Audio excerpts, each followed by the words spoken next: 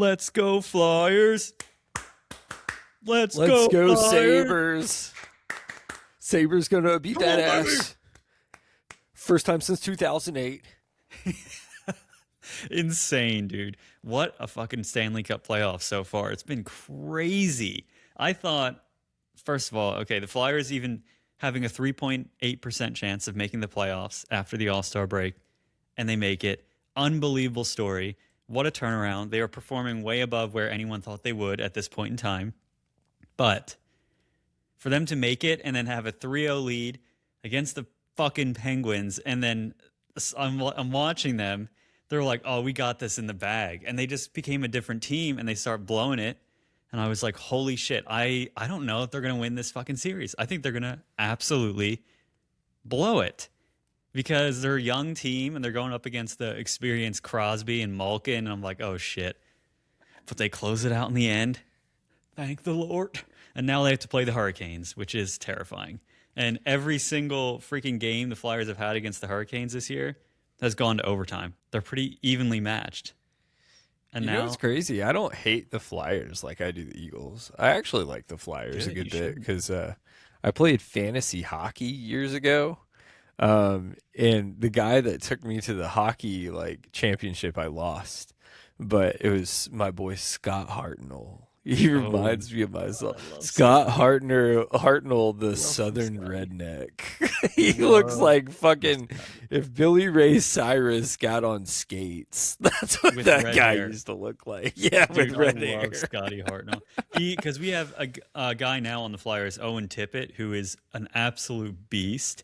He kind of reminds me of Scotty Hartnell, but at least in his looks. But Owen Tippett is like one of the fastest skaters, if not the fastest skater in the NHL. He's like lightning on his skates, and he's so big and physical that he's a problem. He's so much fun to watch, but he reminds me of Hartnell a lot. They've got that same dirty redhead look, and you're like, what is it about redheads though? Like, you ever think about that? There are so many redheads that play hockey, and you don't see a ton of redheads in a lot of other sports. Hockey seems to dominate the redhead game. I'm surprised too, because you would think you'd see a lot of redhead people in soccer because Ireland and stuff. Yeah, you would think so. I think it's the fire, the aggression that redheads have. Now you got me really, it's picturing Makima on skates. Exactly. It's well suited for physical violent sports where they can get that redhead fire, that rage out. And it just seems like, I don't know, hockey's the one. Hockey's full of redheads. I've been trying, I haven't been betting on ping pong much because it's been so fucking volatile. But you know what's been fucking me hard is I've been trying basketball out. And dude, I've been missing it by one fucking parlay. I got fucked last night because the fucking Orlando Magic were up by 20 and then fucking blow it. How does that? I thought I had that shit. Dude, I would have won $200 and then they fucking blew it. And then I got fucked last week because the Rockets blew it. In the last, they're the only team in years, two teams have done this, to be up with, it was something like 30 seconds left by 6 points. And then somehow, I saw it. He, threw the ball to the other team and leave it to LeBron to take over in the last 30 seconds. Yeah. Send it overtime. So, something about my basketball game hasn't been on point either. But, hey, your Sixers are in it this year with basketball. How about my Hawks just got fucking blown out. 50-point loss in the playoffs. Are you kidding me? Oh, dude, I don't even know what to say, man. Game too. I think they went to the cheetah at halftime. It's we're done, man. We are just left from the cheetah the game before. Something was going on. 50-point loss in an elimination game. That's so embarrassing. But, just straight up didn't give a fuck. He just did not care to force the game 7. You know what? We're tired of playing. Yeah. We're ready to go home. We're done. We're over this already. We're bored. The Sixers though, forcing that game 7, pretty dirty against our disgusting rivals. It's not even a rivalry anymore, honestly. Boston has just kicked the shit out of the Sixers every year.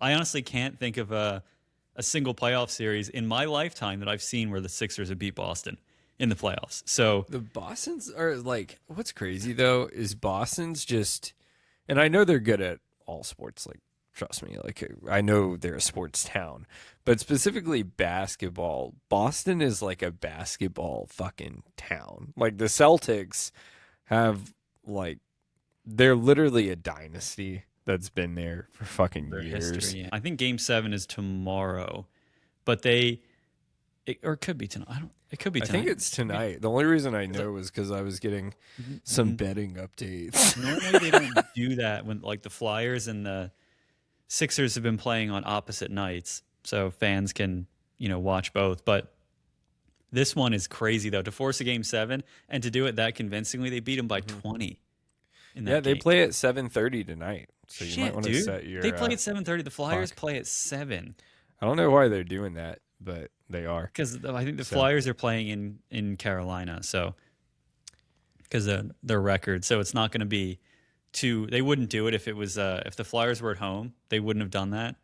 But and the Sixers are in Boston, so yeah, dude. It's oh my god, Game 7 and Game 1 in the same I night. gotta That share with you really my Peacock for that because I got Peacock now, but like the high end kind because I got a really good deal on Premium Plus because so I get it for the student deal, which is half off, oh yeah. and since I have the Built card, so it's like my Amex, like with certain credit cards you get like statement credits a month Yeah. if like they're trying to advertise whatever, so they give me $3 off a month for Peacock and I was getting it for $6, so I get it for $3 a Oh my month. god, I should have taken your damn Peacock login because I couldn't even watch the Sixers game because Well, it I was just signed up last week. Like I didn't have it. The only reason I stupid. actually got it was because I was like, which is sad because you would think I would get it for my own basketball team I would support, the Hawks, but since they always suck, I really got it to watch my betting wagers lose. Oh my It's really what happened.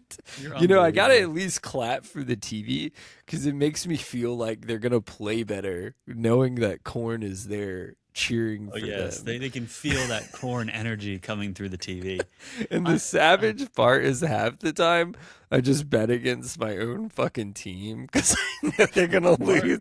It's like Corn, like Corn is a diehard Cowboys fan, loves the Falcons, but in Sure. the end, fantasy triumphs all. If I have a player playing against the Cowboys or the Falcons, I'm betting for that player. Like my team better go down and lose. Because any diehard fan would always root for their team, regardless of what their bet was or whatever it was, unless it was like $2 million on the line. But if you're gonna bet Remind our 10, twenty fans who's dollars, the champ in our league, Cal. Who's the champ in our how league? many? Remind me as well. How many Cowboy players did you have on your team? Actually, I think I did. Didn't I have no, You you had had zero, Pickens this year. I had yeah, that's right. I had a little bit of and you won. Isn't that little interesting? Christian McCaffrey. I Isn't that wonder where I interesting got that you him won from. because you didn't have them on your team? Isn't that crazy? Oh, that's sad. But oh, I guess before we jump in, how about that draft, baby? Got my boy, that safety Did is you looking see good. the footage of Caleb Downs trying to guard? I can't remember who it was. It was some NFL receiver, not a big one, and he was getting absolutely cooked out of his shoes. He was falling out of his shoes, getting these routes ran all over his ass when he tried to play corner. Obviously, he's not a corner; he's a safety. But oh my god, I was watching that. I was like, yikes! He looked like he had cement in his shoes. He'll But be I know fine. the He's a guy's good. I beast. know he can play. And Christian Parker, you guys stole him from the Eagles, so I'm sure he'll be good on your Dude, disgusting we're gonna ass be team. good. And we got that outside I think he's an outside D lineman, The reach, you maybe. mean? Yeah. The Everyone ultimate was making reach. fun of us for getting rid of Parsons, and look what we just fucking did. Like it's about we say this You every took a year. Us UFC Cowboys fans defensive say end. this every year, but I Yes, yeah. really believe this is the year we go far. Okay. And with my All boy right. This is where we Daxter. turn off. I'm done. No, you guys went and reached in the second round on a UCF defensive end who would probably be there in the fourth round. Yuli was a And fan. She goes to UCF. I wasn't, but hey, hey, I was okay with it because it's kind of like if you get someone drafted from Florida or Kennesaw State, like that hits home. I don't know the guy personally. Hopefully, he'll be really good. I think there are you never other know. people we could have grabbed, but she likes UCF, so I was okay How with it. about I should be thanking you though, because if it wasn't for the Cowboys, the Eagles wouldn't have been able to draft Makai Lemon. So thank you so much for that gift of the Boletnikov winner in college football, the best receiver in all of college football. We appreciate it. I promise you. We will take care of him.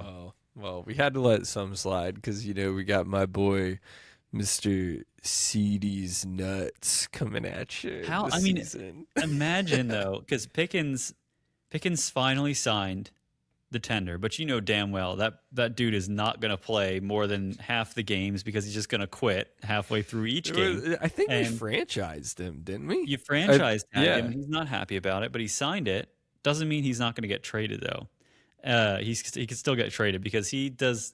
That dude is the biggest unbelievable diva I've ever seen in my life. He literally just will stop playing halfway through a game. So, He's I'm the like, Antonio Brown of modern day right dude, now, he's man. he's rough. But Antonio Brown played hard as shit until he just quit midway through a game. Dude, But that that was fucking guy. yeah, And I'm down here in Orlando, which, and that's the thing, like growing up a Falcons fan, like I have to gross. like not support the Bucks, but since I'm not really a Falcons fan anymore, I still kind of support the Bucks because it's like the home team. Dude, I had friends that were at the game, friends I work with, that were at the game where Antonio Brown threw his Oh fucking man, gloves off and just left.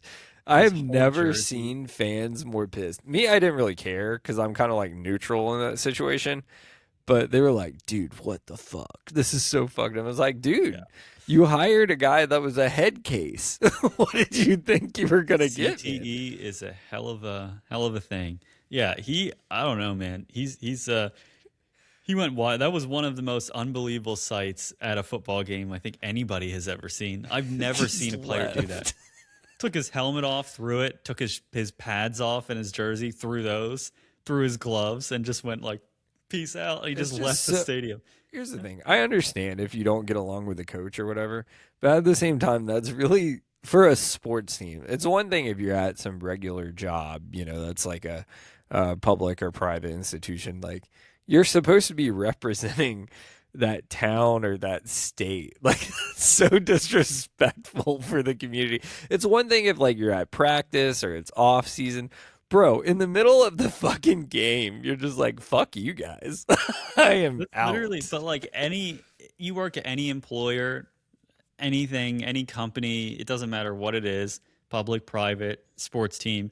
If you get hired by them or signed by them, you are a representative of that organization. So yeah, him doing that, but he didn't care about that. He was thinking about himself, and he just said, "Fuck it, deuces. I'm out of here. I hate my coach. I hate what we're doing, and I quit. I'm done." It reminded me of this dude we used to work with at the movie theater. I cannot remember his name, and I'm not going to drop his name anyway. But he he like literally we're closing one night, and we're all cleaning out behind the concession stand and everything, cleaning out the popcorn maker, all that stuff.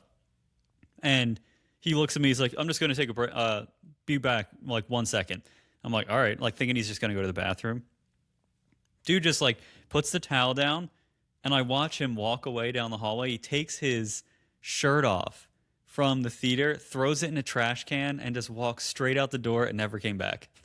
I was like, well, fuck. That just happened. He literally pulled an Dude, Antonio Brown before Antonio Brown, and he just left me there closed by myself.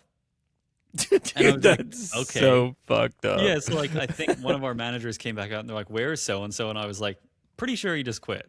Like, I'm he pretty just threw sure his he shirt in the just trash and left. So yeah, it's dude, kind right of before we get started, that happened in a situation uh in the company I currently work at, but this was years ago. So I think damn. this was like 2018. There was this guy I worked with, same thing, won't mention his name. And like I was in the sales department at the time. So this was years ago. And he was really good. One of the top sellers, great with people, like a really people pleaser. But every now and then he would bring up this stuff about how he wanted to be like a State Farm agent, and we are like, yeah, okay, whatever. Like we never heard of him like applying or anything. He just like brought it up casually. Well, dude, one day like on his lunch, same thing. He just like left and never came back, and they thought he was like hurt or something because the his boss found his like ID outside on the ground, like stomped on. So they thought he got like kidnapped or something. And it turns out, no, he like stomped on his ID, was like, fuck this Good place, and riddance. just Yeah. never came out, came back. Yeah, it just never came back and became like a State Farm agent. That's so crazy though. You would think that like they would have to check, like State Farm would have to check on his employment and stuff, like in a background check, and they would see that he Yeah. never officially quit. He was still technically employed there. That's I wonder if it was probably one of those things though, where like he did a background check and was like, "I currently work here," and they're like, "Okay, whatever." Offered him the job already, and he probably already had a start date, and it was just like, fuck. But my thing is like, dude, that's fine if you get another job. People do things and people move up and have other routes they want to take. You know, find your North Star, man. But like burning bridges is just so fucked. Like to go not out that way. necessary. It's like how do you expect to get another job after you go out in a way like that? Like in Antonio's case, just ripping his shit because he tried to come back on other teams and they were like, "No, we're good. Like we don't we don't want a piece of that at all." It's just like Because then you're a risk. You're like a yeah, risk. Like, how can they trust you to do what you said you're gonna do if you just straight up like voided on the a national contract? stage, on a national stage, you just said, "Fuck it all. I'm burning this shit down." But Dude, that's anyway, but wild. yeah, dude, the draft was great. I'm excited. Eagles got some dogs. They got the Kai Lemon and they got Eli Stowers, who also won the award for the best tight end in the country. So can't be mad, can't be sad about that. We also drafted that freaking UR Bernard, the international prospect from Nigeria, who, if you haven't seen him, oh my God, that guy is a physical marvel. He is an absolute freak of nature. If they can get him working as a DN, which I'm confident they will, that guy is going to have unbelievable talent. His ceiling is like Miles Garrett. He like hit at the combine. He tried out the international pro day they had. His combine results were equivalent to Miles Garrett and better in some cases. And I was like, dude, if he's anywhere near that, holy shit, the Eagles got a steal. You guys are gonna be good. My only catch is like you guys always have fucking talent, but did y'all get a new offensive coordinator? Because that's the Hell issue. yeah. Like y'all need a new Yep. offensive coordinator. Oh, dude, they fired Patullo. He was terrible. He was gone. We have now Sean Mannion, who was the pack. He was former QB, but he was the Packers QB coach, and we took him because he's like, according to NFL circles, he's an absolute genius. And so he's bringing over the Shanahan and Sean McVay style of offense. So picture the Eagles offense with the Rams and the 49ers style of play. And that's what you're going to see this year. And Dude, I'm like, speaking of the Rams, right before we close, talk about fucking over Matt Stafford, dude. what, with the quarter with Ty Simpson? Yeah, with Ty Oh, Simpson dude, it had draft. nothing to do with Stafford, but you could tell that McVay was not happy.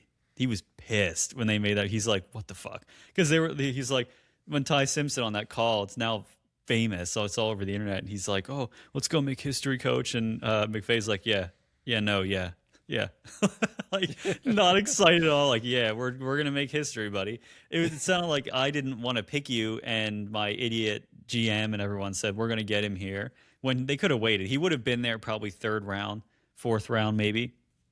And they were like, "No, we'll get him here." And when there were they could have had Makai Lemon. They could have had what's his name from Miami, Messidor. They could have had potentially your boy that you guys got. They were all sitting there. And they're like, "We want Ty Simpson." When you have Matt Stafford, I'm like, what? I know you Well, need a backup, but dude, they have Stetson as well. well, here's my thought with that is, I mean, even looking from the side of, hey, let him sit for a year, we're building for the future. Stafford doesn't have a lot of time left. I get that side. But at the same time, too, You know he's going to be sitting this year, and if you're going to do that, next year's draft is more stacked with quarterbacks than Right, this year. So, like, right. you should have just got him that extra piece that gives you really that chance, which, let's Don't be you want to real. win now? They've been so close Yeah. for the last several years. Like they didn't. Hey, listen, I'm glad they passed up on it Hey, the because they let Falcons us were get Lemon. close for years, and look where that got you. So, I mean, but no, I agree with what you're saying. I think it was, I don't know. I understand both sides, but at the same time, what it doesn't show, it's kind of like, and this is going to be a very kind of out there reference, but you'll understand if you're a football person. You know, you get the ball back with 5 minutes left, right? And it's fourth down on your own 20, and you choose to go for it, and there's 5 minutes left. Like, that doesn't show a lot of confidence in your defense. It doesn't really show a lot of confidence in the team you have by doing that. So, I but mean, hey, to each their own. I think it is. I mean, they have full confidence in Stafford. He's not the problem at all. Look how great he's been playing every year, and as long as he's healthy, he's going to be elite in this league. So I just don't understand why they wouldn't get an offensive lineman or defensive help or another like Makai Lemon sitting there, and they're like, "Nah, we're good. We don't need another receiver. We'll just rely on Puka to get his ass smacked around 900 ways to Sunday. Like literally every Sunday, that dude's getting popped from every angle. He's so physical. It's only a matter of time before something. I don't wish this on him, but before something happens.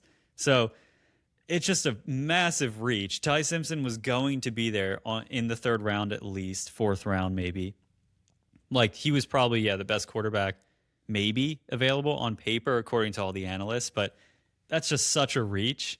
It just made no one around the league understood it. They were like, "What the fuck?" They had all those people sitting there, and I know McVay was pissed. You saw it. He was just like he was like there were other people there. Apparently, he wanted Makai Lemon, and it's crazy. And then when the Eagles get him, Makai Lemon is on the phone with the Steelers, and so the Eagles couldn't get a hold of him because he was on the phone with the Steelers. Steelers called him like well before their pick and said they were going to pick him, which you're not supposed to do that. And the Steelers were on the phone with him when the Eagles were trying to call him because they were on the clock, like we're trying to pick him, and they couldn't get a hold of him or his agent.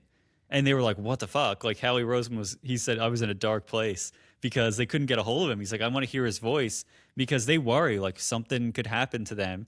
And they didn't know who was in the green room and who wasn't. So they're like, "Well, we don't know. We want to hear his voice, make sure he's alive and like everything is good and like that he's excited, he wants to come to Philly." Like they want to know that information, the GMs do. They couldn't get a hold of him because the damn Steelers were on the phone with him well before his time to be picked.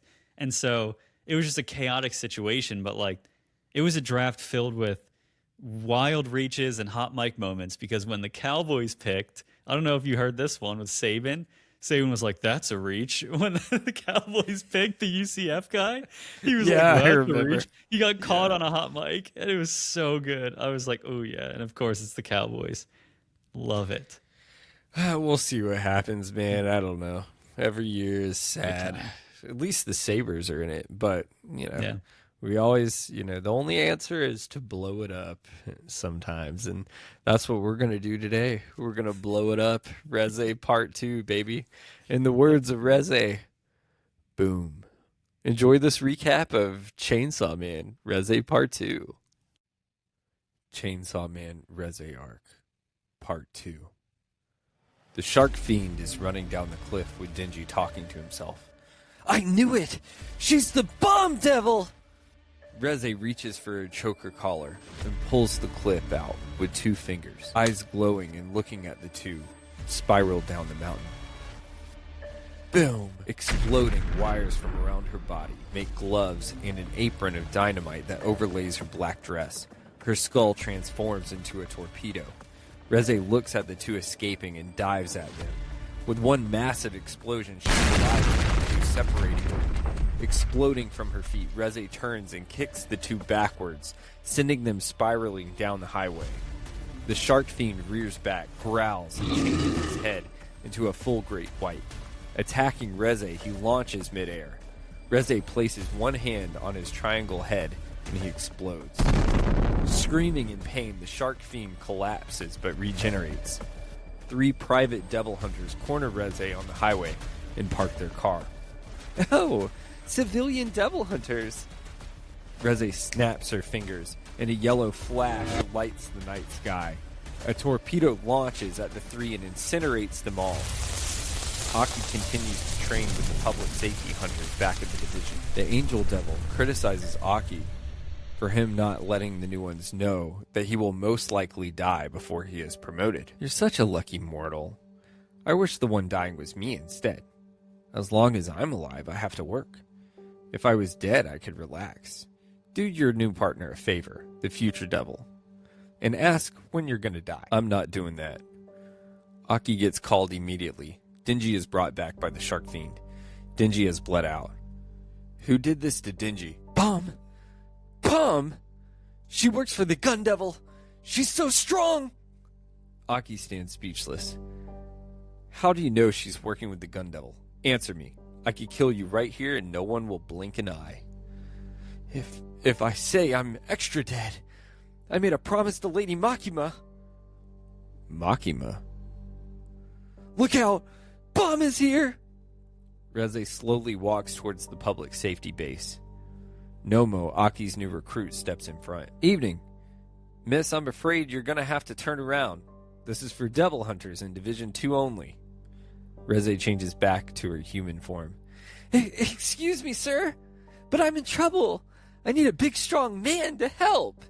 An awful devil is trying to kill me. The division knows it's a trick. Nomo commands Aki to take Denji and head out the back, and orders all Division 2 members for backup. Nomo looks at his recruits. I'm buying dinner for whoever kills this girl. She's a devil. Shoot me! My damsel in distress act didn't work. What a shame now. I got no choice. I'm going to have to kill all of you. Reze reaches for a clip on her choker. Kato bites off a piece of flesh to order a contract. Reze's blood stops before she can pull the clip. Kato looks at Reze. Mold grows in your heart now, and intestines. Reze begins coughing and sneezing blood despite agony. She reaches for the clip. She pulls the clip. Reze's head explodes off. Her body picks up the head and throws it at the hunters. The head smashes through the glass window of the base and rolls to the men. The eyes lock onto the agents. Boom! The base explodes. In the smoke, Reze appears fully transformed and biting limbs of agents. The devil jumps from wall to wall. Reze sprints to Nomo headless. Cone. The fox devil launches at Reze. Reze quickly jumps on it and runs up its neck. Reze latches onto Nomo and explodes herself on his body. Reze runs to the top of the next floor, biting the necks of the fallen men, and sucks their blood to gain strength. 3 more hunters stay gun pointed at the devil. Reze snaps her fingers. They incinerate from the launched torpedo. Cone. Nomo stands handless as the fox devil strikes again. Reze's blood stops, and she backflips over it. You are a stubborn one. What can I say? I'm a sucker for a hot piece of ass. Reze moves her hand in front of Nomo's face, and sparks begin to fly. Cone. The vice captain orders the fox devil and swallows Reze. That was close. One almost lost your head there. The fox devil looks at the men. What is this foul taste? It's repugnant. I'm leaving. The vice captain and Nomo stand firm as the captain draws his sword. Reze walks forward. Aki and the angel devil drive Denji and the shark fiend to safety. As Aki puts the car in gear, he orders the angel devil to give some of his blood to Denji. Frozen, Aki sees the face of Reze as the bomb devil in his future. Reze lands in front of the car. Reze holds Nomo and the vice captain's heads. She's a monster. I only murdered them to show how powerful I am. I would rather no one else has to die. Kick Denji out of the car and drive away. Aki peels out. Reze boosts off and lands on the roof of the car. The violence fiend lands a kick on Reze and launches her off the car. The special division is coming in as backup. The Fiend attacks again, but Reze catches his kick midair. The two square off. The Violence Fiend backs down, realizing Reze is too powerful. Behind the Violence Fiend is Kobani, crawling in fear, and screams behind a turned-over truck. "I'm sorry! Please don't kill me!" Launching like a rocket through the sky, Reze lands back on Aki's car. Denji wakes up in the back seat. "If it comes down to it, I'll crash the car into that bitch. Whatever happens, we can't let her have Denji." Denji rips his cord and cuts through the roof of the car to take on Reze. "I almost fucking croaked, and my brain is all mixed up. But I'm starting to see clearly now. This is bullshit. Every girl I meet, she wants to murder me. Everyone is after my chainsaw heart. What about my heart? What about Denji's heart? Does nobody want that?" "I really do have feelings for you, Denji. I wasn't pretending before." Aki looks up at Denji. "Don't be so gullible, dumbass. Don't listen to the enemy." "Bum bitch wants to pull a fast one on me? Damn, I almost fucking fell for it. I've got more important things to worry about in my life, like staying alive for Miss Makima." Reze looks cold at Denji. "Makima? Denji, I didn't know that bitch put a collar on you. There was no point in us running away together." "I wish I never kissed you. Ugh, I don't want anyone else dying over me. It's bumming me out. Reze, I'm taking you in." "Come closer, Denji. I'll show you how we can fight up close and personal." "You better teach me everything." Denji launches at Reze, and she dodges and explodes the top of the truck she's on. He is blown into a billboard, and Reze continues the onslaught. "You need to apply yourself, Denji. Try harder. Don't just swing your chainsaws around like that. Hope for the best. You don't even understand your own potential." Denji sees Reze's detached finger on his chainsaw blade. Boom. Denji explodes. Chainsaw spinning frantically. Denji jumps on the fire. Boom! Denji explodes again. Reze meets Denji midair and turns her leg into a missile and fires. Another explosion. A building is caught in the flames and collapses. Civilians below burst into nothingness. Reze holds Denji's upper half detached from his body. Boom! Another explosion, incinerating Denji entirely. Denji's arms launch into the collateral. Reze holds his head. Boom! Boom! Boom! Boom! Boom! Boom! Boom! Boom! 8 explosions incinerate his head. Ash flakes off the orange skull. Aki stands with his sword as Reze drops Denji's head. Reze throws a punch, but Aki sees the future. Stressing to make sure he is not 1 second too slow, Aki makes the correct moves and dodges the ongoing attack by Reze and countering with a slice through her arm. Come on. No more wrong moves, you son of a bitch. A missile conjures from Reze's arm and plummets towards Aki's head. Damn it, I'm wrong. The alleyway engulfs him. The Violence Fiend holds Aki. Gotcha! Sorry I'm late. The Typhoon Devil emerges at Reze's command. The Angel Devil uses the blood from civilians to regenerate Denji. The blood drains to his mouth, and the Shark Fiend rips the cord. My girlfriend has killed 1 people. If we let her run free, more will die. Chainsaw, you have to choose. Make your choice. The Shark Fiend looks at the Angel Devil and tells Denji he needs to put his chainsaws to good use to beat Reze. The Shark Fiend turns into a full shark, and Denji straps his chainsaws around him like a muzzle. Oh yeah! Yeehaw, motherfuckers! I'm going to control you like a horsey! Now prepare to charge into battle as my bloodthirsty warhorse! That's not what I meant. I think you're confused. It sounded like you can shoot chains from your arms and hook onto buildings. What? No! How's it supposed to do giddy up, horsey then? Now giddy up and go! The major typhoon spins around the city as Denji and the shark attack Reze and the typhoon.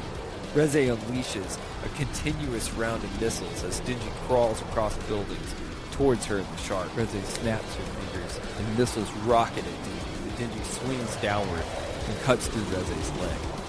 The leg falls below. The Typhoon Devil donates her blood to Reze and she regenerates. The Typhoon gets stronger and the Angel Devil gets sucked up into the storm. Aki stops him from being sucked up and holds onto him. Slipping, the Angel Devil shouts at Aki, "It's okay. Let go. I've been ready to die a long time." Aki slips and the angel falls back, but Aki grabs him with his other arm. "Why did you touch my hand? Do you want to die?" "Hell no, I don't want to die. Tell me, how much time did I lose?" "About 2 months." Aki breaks down as the storm continues to worsen. "If you want to die, then go ahead, but don't do it around me. I can't take it anymore, people dying in front of me." Rockets light up the night sky as Reze throws her hands. Denji, cackling, free falls with the shark. Denji and Reze collide inside a top floor of an office building. Reze engulfs the room in flames. Like lightning, it attacks and sends Denji off his feet. Reze uppercuts Denji as the typhoon grows. Denji explodes through the building, causing it to incinerate. Denji hangs off the side of a broken window on the top floor from a piece of metal. Reze points her finger directly at him. "You kept up for a while, but now it's time to end this." As Reze begins to snap, the shark grabs Denji. "That was close. I almost got exploded." The rest of the building collapses in the typhoon. The Typhoon Devil, forming the appearance of a portly child from a cyclone, turns towards Denji. "Die, Chainsaw! Time to put that fat-ass baby out of its misery!" The night sky turns dark and the wind howls as Denji plummets into the cyclone with the shark. The devil baby cries in agony. Swirling in the typhoon, Denji and the shark somersault into the neck of the devil baby. Cackling, Denji hacks through the devil. "You're making this too easy. Chainsaw's around you. Fuck you, devil baby. Fuck you." Blood erupts around the typhoon, making a blood-red tornado. The devil screams and its head explodes into the green eruption. "Devil baby wide open!" Below, the blood ocean fills the city. Reze soars over the lake. Reze grabs the chains connected to the shark and snaps. In the air, colors explode at once. Orange, pink, and blue flames from funnel clouds, and Denji ejects from the top. Reze grabs Denji with her wires and catapults him through the atmosphere. Colored missiles erupt on Denji, one by one, as he plummets towards the earth. A missile ejects through the shark, and Reze smashes into him. Coughing blood, the shark fiend falls backwards into a freefall. Reze holds the shark midair and launches 13 bombs into his stomach. It erupts on the top of the building. Denji emerges from its mouth. Smoke and ash fill the area. Denji spins his blades, but blue flames collide with him. Reze backs Denji up to the ocean. "It's over. There's nowhere left for you to run."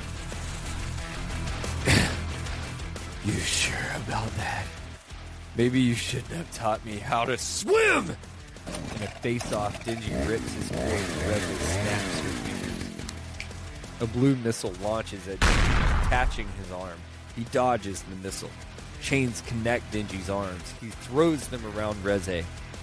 Reze, in fight-or-flight mode, onslaughts Denji with waves of punches and kicks. His top chainsaw cracks.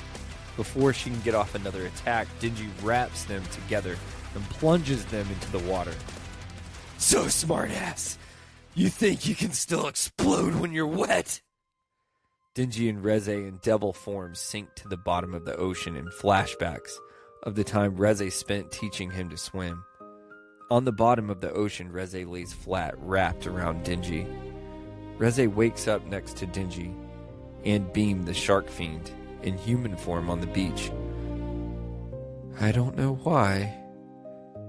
I believe it, but why did you revive me? Are you crazy?" I was thinking about what a great life I got. Sure, I get the shit kicked out of me, but if I can get some food, I can forgive and forget.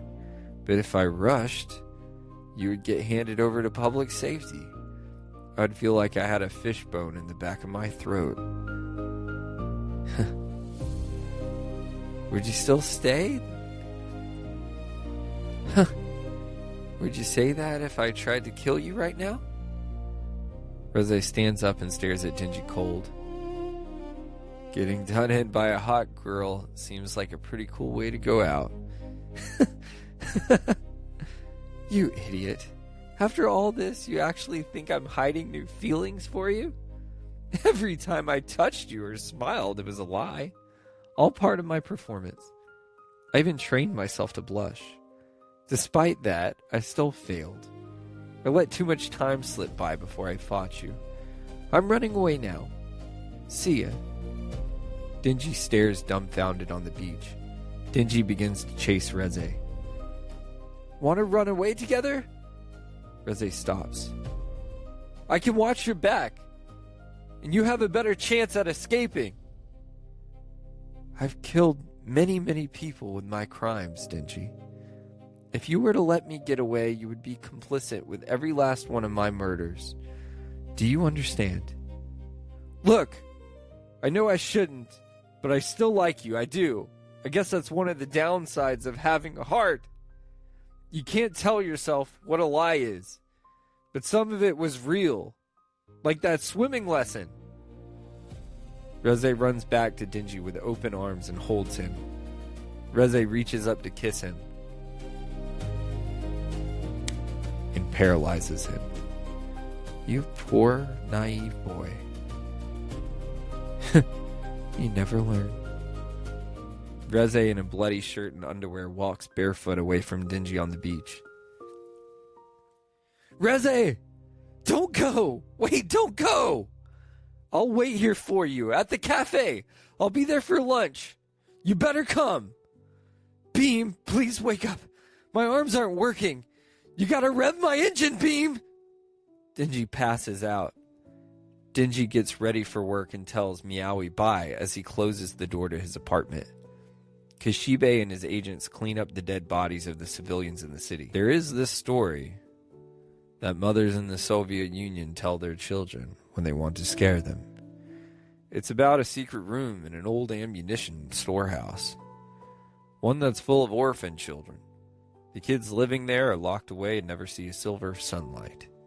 Their bodies used for military experiments, life tortured out of them. Everyone thought it was a fairy tale until the news reported secret rooms really did exist. An American journalist uncovered the details. There were published photos of children who were found there. The story eventually faded. The girl who lured Denji was one of those kids from that room, a weapon created to serve the Soviets. There is a name for people like that. Those guinea pigs. Aki listens intently as Kishibe blows smoke over a box of dandelions. Reze holds a red dandelion in front of a train, bound for Sendai. Reze stares at the dandelion and lets the train pass. She walks in her Chuck Taylor shoes past the phone booth she met Denji, retracing her steps back up the stairs past the vending machine and towards the cafe. Running to the cafe, in the alleyway, she sprints towards the door. As the door gets closer, rats gather and block the light at the end of the alleyway. Reze moves her fingers towards her neck and holds on to her clip. Makima's voice emerges from the rats. I agree with you. I'm quite fond of the country mouse, too. Makima holds the mouse in front of her. A friend of mine has a field in the countryside. Every fall, I visit and help them out on the farm whenever I'm able to. The fields, though, are full of pests, and so many mice bury into the soil, damaging the crops.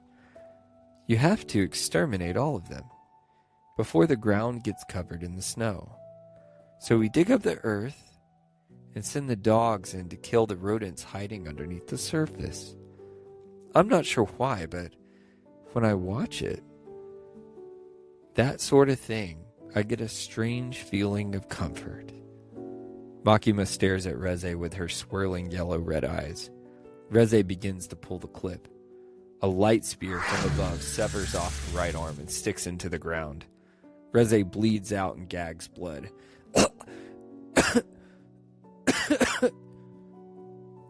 That's why I like the country mouse.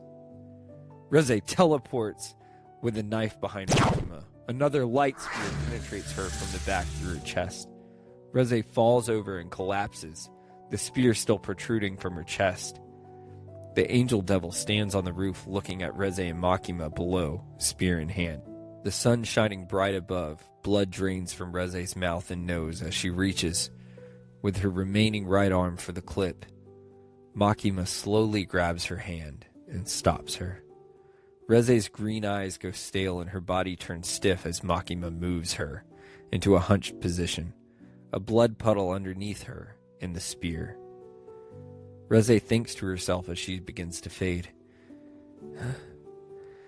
Denji, I wonder why I didn't kill you the first time we met. You know, to be honest, I never had a chance to go to school either. Reze watches Denji sit in the cafe as the shadow takes over the sun. Makima stands over her with the spear. Makima looks at the angel devil and reminds him she asked him to come with Aki Hayakawa. You didn't want him to have to kill the girl, did you? You're too kind. Well, I'm an angel. The angel walks to the rat on the roof. Hey, is the city a good place? The sun shines bright through the clouds. Denji has waited in the cafe with a bouquet of flowers for hours and Reze never showed. Reze's old boss looks at Denji. Give up. No one is coming. That girl is out of your league, kid. She lives in a different world. I'm sure you will find somebody perfect for you one day. Power enters the room, pumping her fist with a bang. Pump, pump, pump, pump. Unwashed heathen! Your putrid odor has led me straight to you. What a puny establishment. Blah! Power stares at Denji, investigating the area. Power delighted. Oh, flowers! These will make a fine tribute. Relinquish them now. Power's yellow eyes with red crosses locks onto Denji. Denji looks down at the flowers and bites down on one of them. Stop eating! They're mine, you bastard! Spit them out, post-haste! Open up your mouth! Stop it! Don't you swallow! Do not swallow! Power's yellow eyes climbs on Denji, attempting to pry away the flowers as the camera slowly pans away.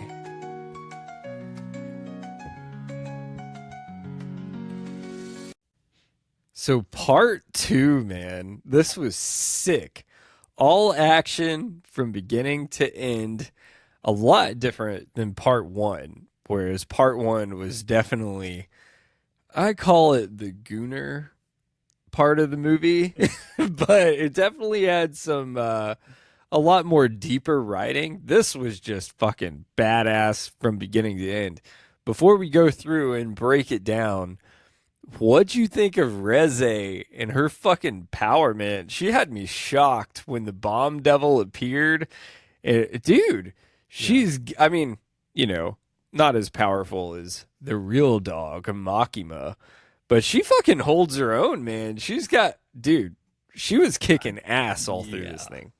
Yeah, I'd say more than holds her own. That's for damn sure. She's a force.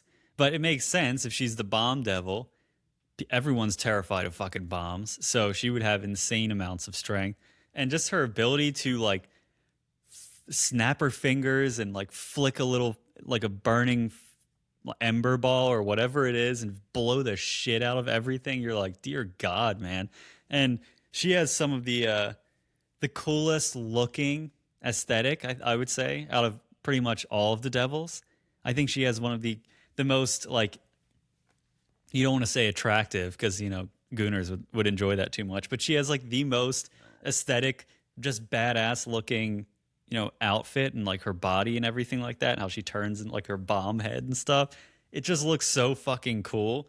And yeah, I loved it. I love her character. And this entire second half of the movie is just a nonstop hardcore kick-ass battle from start to finish in the second part. It is just non-stop action all the way through, but with some like interestingly deep moments that are kind of woven in there and little bits of foreshadowing, which I'm sure we'll get to. But yeah, this whole second part just absolutely kicks ass, dude, from start to finish. It's fucking awesome. It makes me think too, and this is good because this goes into our first topic here. But about, you know, when this movie came out, and a lot of people didn't read the manga like we did. They were so shocked because they thought it was so cool, like the way she looked when she turned into the Bomb Devil. This became a big thing with like girl cosplays.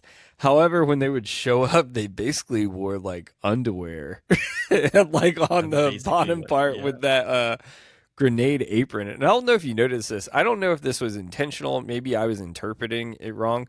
But like the grenade apron, or I guess it could have been a loincloth, whatever it was, it looked like an apron, which would make sense because she worked at the cafe. Like the grenade thing that kind of came down. Oh. If you think about it, and I kind of thought of this last night, I don't have anything to back this, but that would have been like another layer of writing. Like if that went into like kind of her story of the cafe and how that grenade thing came down, it kind of looks like an apron where she doesn't really have anything underneath. But it was cool. That's interesting. Yeah, I didn't think about that. I mean, it is. I was wondering that why it just drapes down the way that it does, because I mean, that would make sense to me for a gun devil, because that's like a sheath, like a jacket of bullets. But I guess for her, it it's obvious. I think it could be that you could be onto something there, but in my head, I was like, well, it's obviously for the aesthetics to make her look like sexy and attractive, like she has a dress on, and she's more of like a yeah. I don't know. You could be onto something there because it was her getup is weird. That's for sure. It doesn't really make a lot of sense, but aesthetically, it's like this is fucking cool looking. She looks like a badass assassin. Is Yeah, how the I look at Gooners it. were losing it in this episode because they couldn't Oh decide whether it yeah, was Makima or Reze. They're like, Team Reze, Team Makima. yeah. Oh my god. Kobani's in the back. Everyone forgets about Kobani Everyone except forgets for about little Denji. Kobani, except for Denji when he was picturing Kobani in her undies as Yeah. well. Yeah. And no one even, like, what's crazy too is if you think about this movie, Power's really not in this. Think about it. Like, Aki's in it a lot, but we don't get a lot of Power in this Yeah, either. they took So, power. Makima took power completely away from this movie, yeah. draining her blood because she drank too much blood. She's basically gone in the entire second part. Crazy, man. So, topic one, which we kind of just talked about, but this is when they're jumping down the cliff, and we leave off from where Reze was looking at him, and she has those glowing eyes. So, clearly she's, I mean, if you don't know before she transforms, it looks like she's a devil. But this is kind of cool because she has the goth thing, like the choker. And Hmm. at first, I kind of led, like, I read the manga, but even before then, I kind of thought of what that was, thinking outside the box.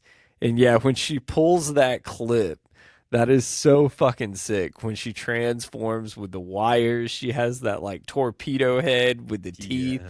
Almost looks like a kind of shark on her Yeah. head with the teeth, but it's like a torpedo bomb thing. And of course, speaking of the shark devil, Beam, this is when you have that big reveal when they're going down the cliff and he's holding Denji that's like bleeding out, dying. And he's like, I knew it. She's the bomb devil. Like, this was a Nailed it. cool Yeah. moment, man. Yeah. Oh, it's sick, dude. I love it when she transforms like that. But yeah, I love the pin is such a creative touch. It's like pulling the pin of a grenade.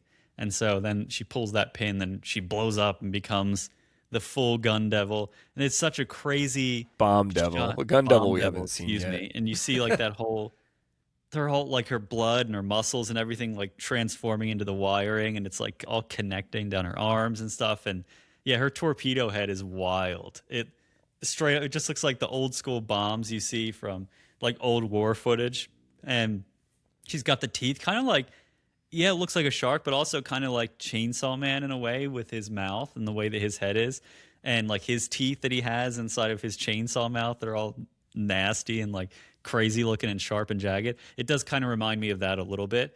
But that whole scene is just wild. She just goes bing, pulls that, and then she becomes that full badass looking assassin bomb devil.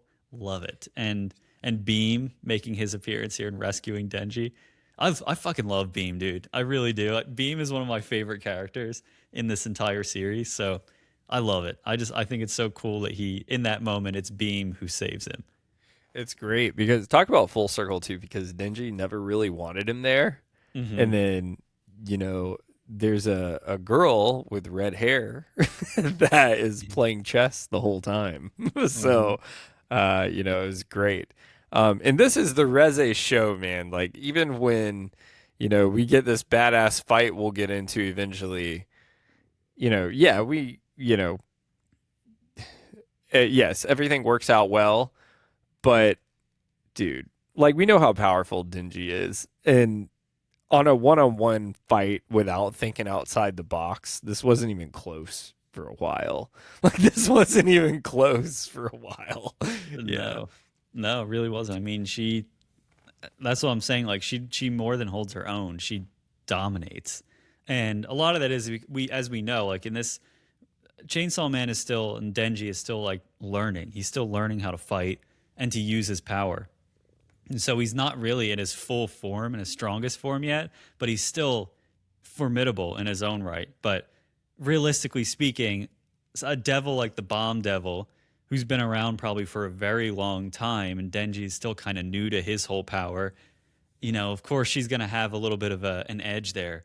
So, and I wasn't even a little bit. I mean, she was whipping his ass in the second part. So, yeah, pretty impressive. Love it. She's got crazy power, and it's to be expected. Everyone's terrified of bombs, so you do expect that power that she would have to be like explosive, to put it And to put it mildly. perfect transition there for talking about dominating because where we're at in this next scene, she really does dominate. You have these three private devil hunters that go to try to take her down that like block her on the highway. Um, and trying to stop her in her place. And she just fucking flicks her fingers and they all explode like no contest. Like you're Yeah. not going to do shit. It's over. And then Beam, he turns into like his full shark face and jumps at So her. cool. And dude, I'm not gonna lie. I thought he was dead for a second. Like she like stops his ass midair, and he like Yeah. explodes like in a bomb. But then he regenerates and he's okay. But it was just like couldn't even get anything on her. Like it reminded me of how we were talking about if you know it almost reminded me of like Thanos with like the gauntlet if like Thor was jumping at him and then just stops him Yeah. midair. That's exactly what happened here. It was no fucking contest, man. She's fucking unstoppable. She's a beast. And then we're back with Aki working with his favorite pal, the Angel Devil here. And this was kind of a cool scene because it was kind of like, we're introduced to a couple of new characters here. Nomo, I think, was the Yeah. main new guy's name that he's kind of training. Typical Aki way. I don't know if they were doing some UFC shit in there or it was like boxing. They're On buddies. top of that, he's Yeah. kind of a dick. Like Aki, get up. It's time for you to fight again. Like who the fuck does that? Well, they're competitive. They're buddies. They're competitive though. But so like they're training each other because Aki clearly is the better fighter, and so he's trying to help, Nomo and train with them. Mhm.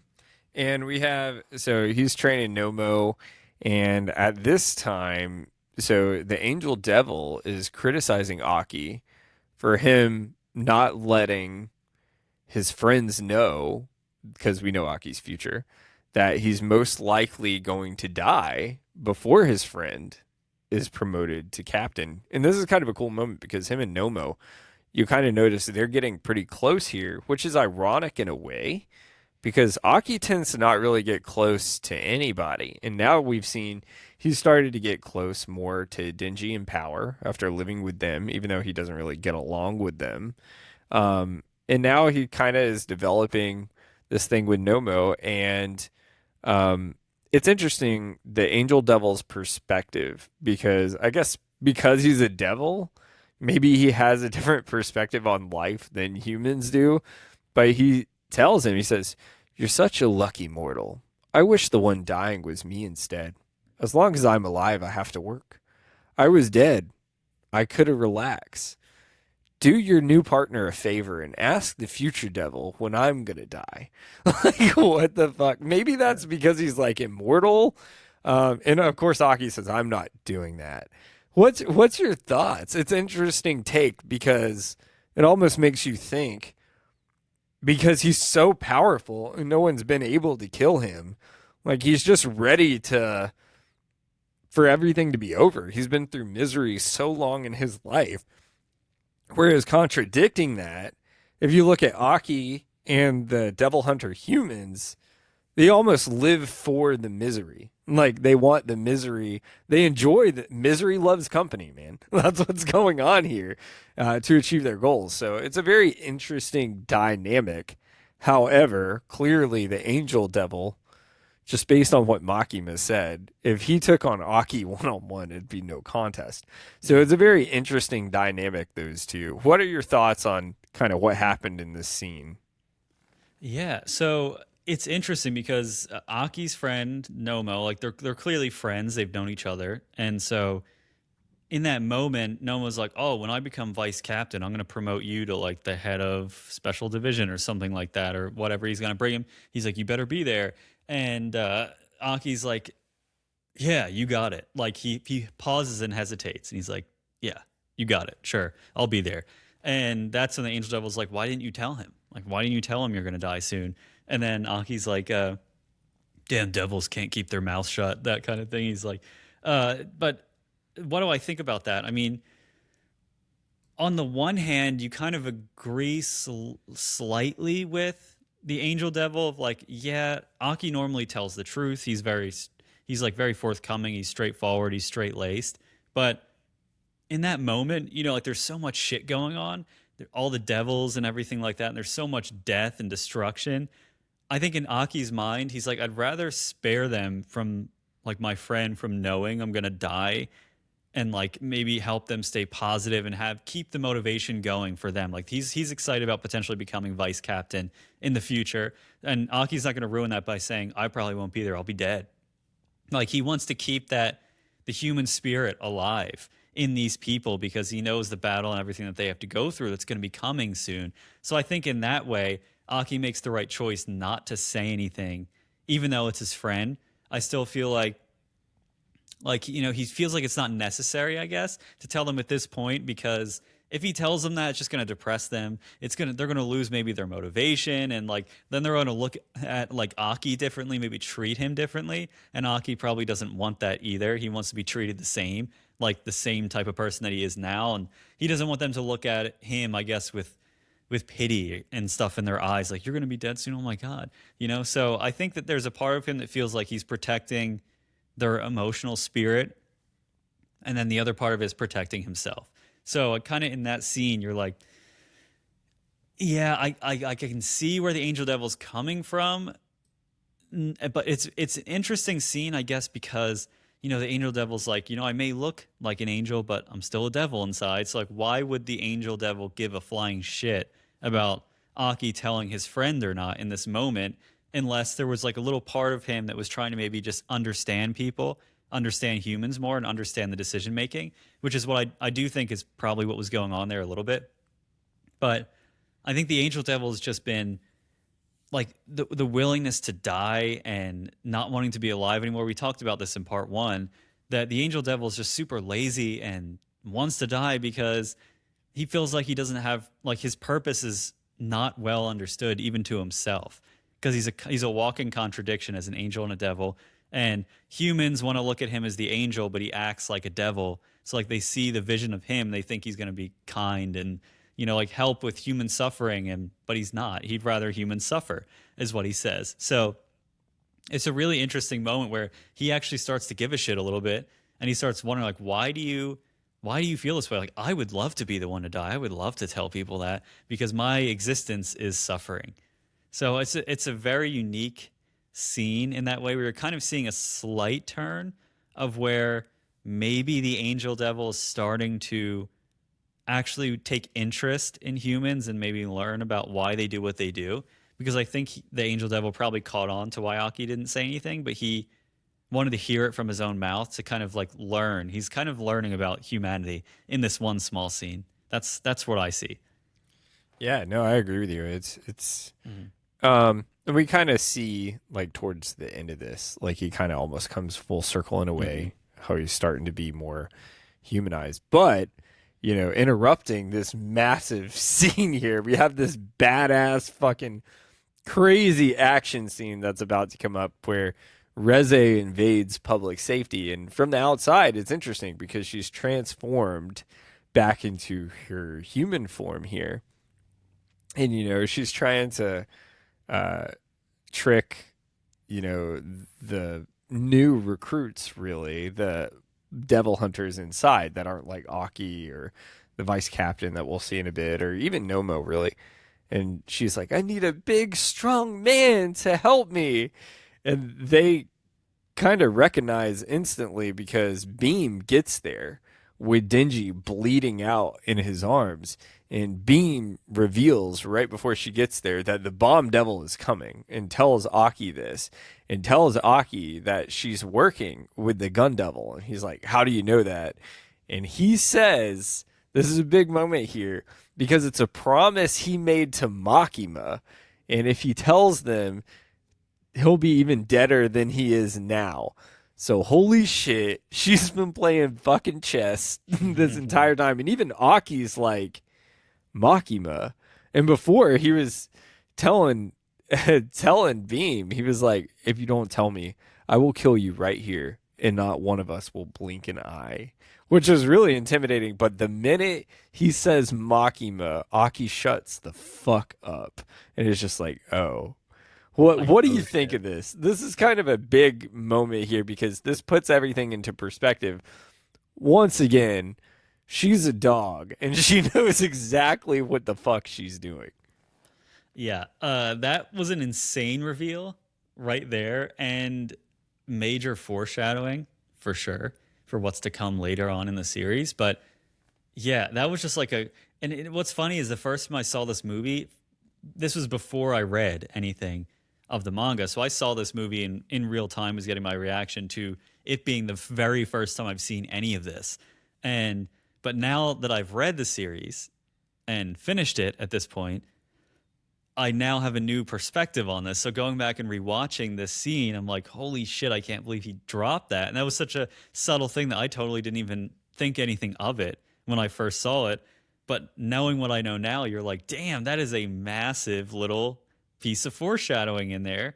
And it's crazy that Aki's reaction immediately is like, oh, like if Makima said that, then there must be something much bigger going on. There's a much bigger reason why he can't tell me, but still it's scary because of the amount of manipulation that Makima is performing behind the scenes and like her little puppet strings that she has on everything. It's just amazing to see this and to go back through it again the second time, be like, oh, okay, now I get it. I understand what he's talking about in that moment. So just a wild little bit of foreshadowing, and that kind of happens a lot throughout the second part. There's a lot of little pieces dribbled in. So very fucking cool. For sure. It was awesome. The writing is so fucking great because Yeah. I was thinking the same thing.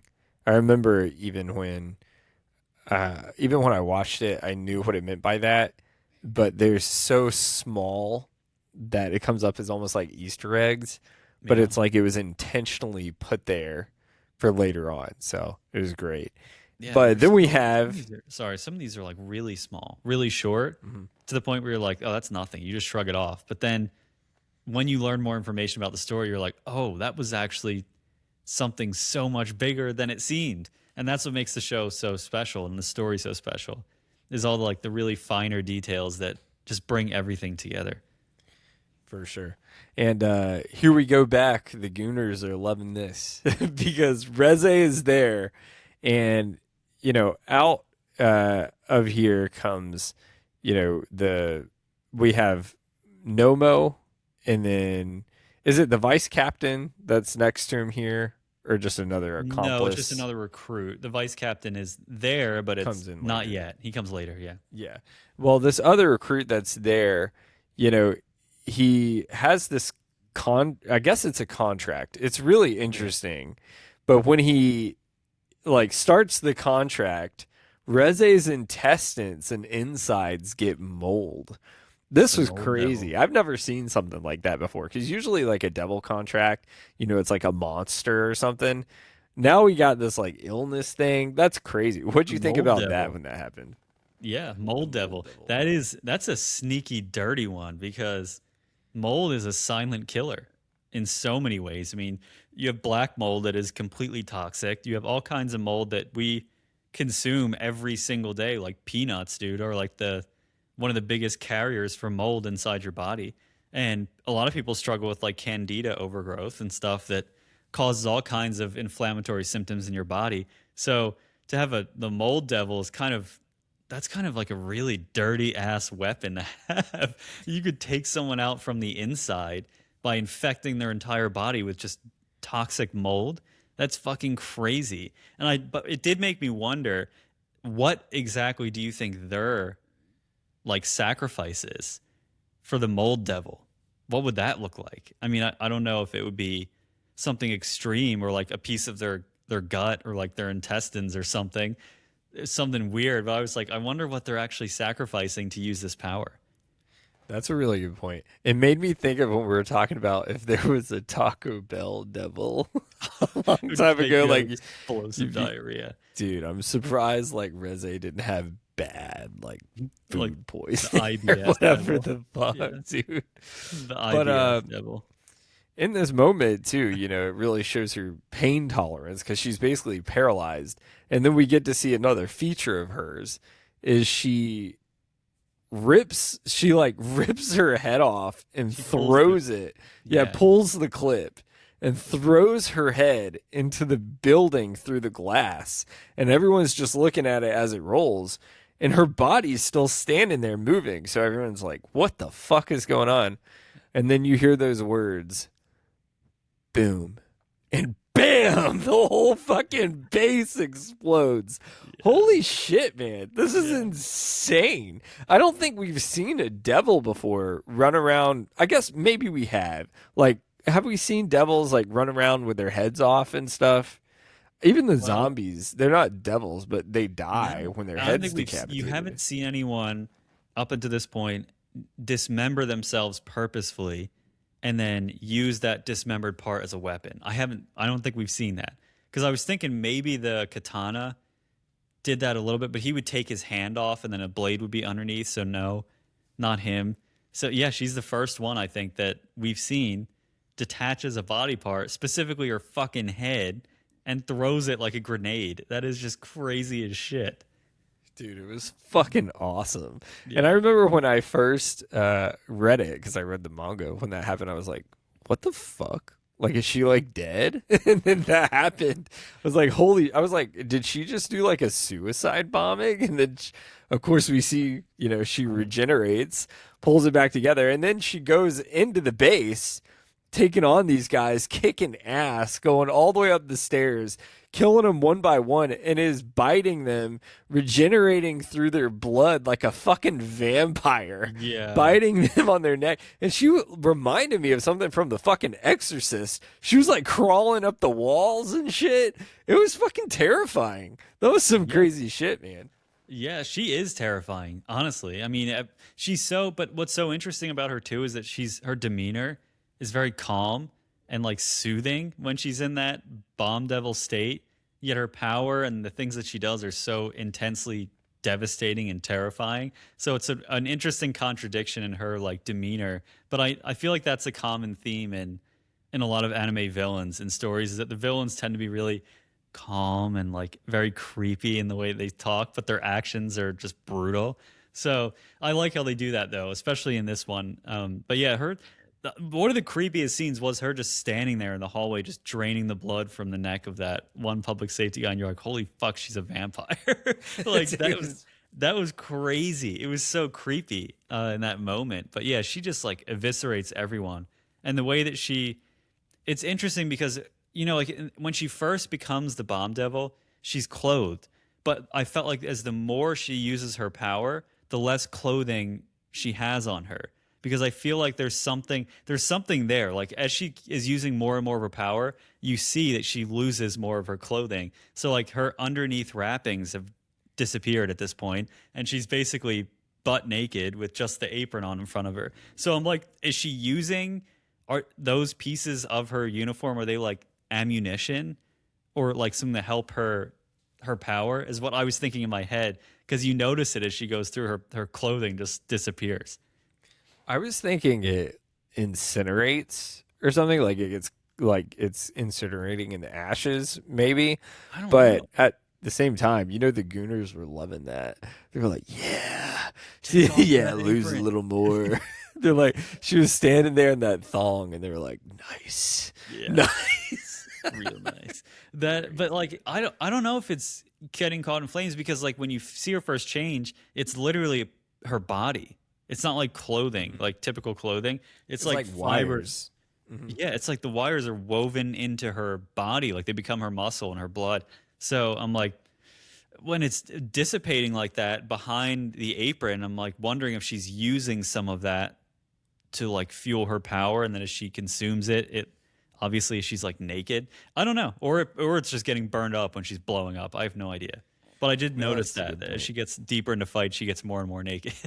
See, that's an intellectual conversation too that we would think of, because we're like, why does she just not have any clothes on? Whereas the Gooners are like, why the fuck would she have clothes on?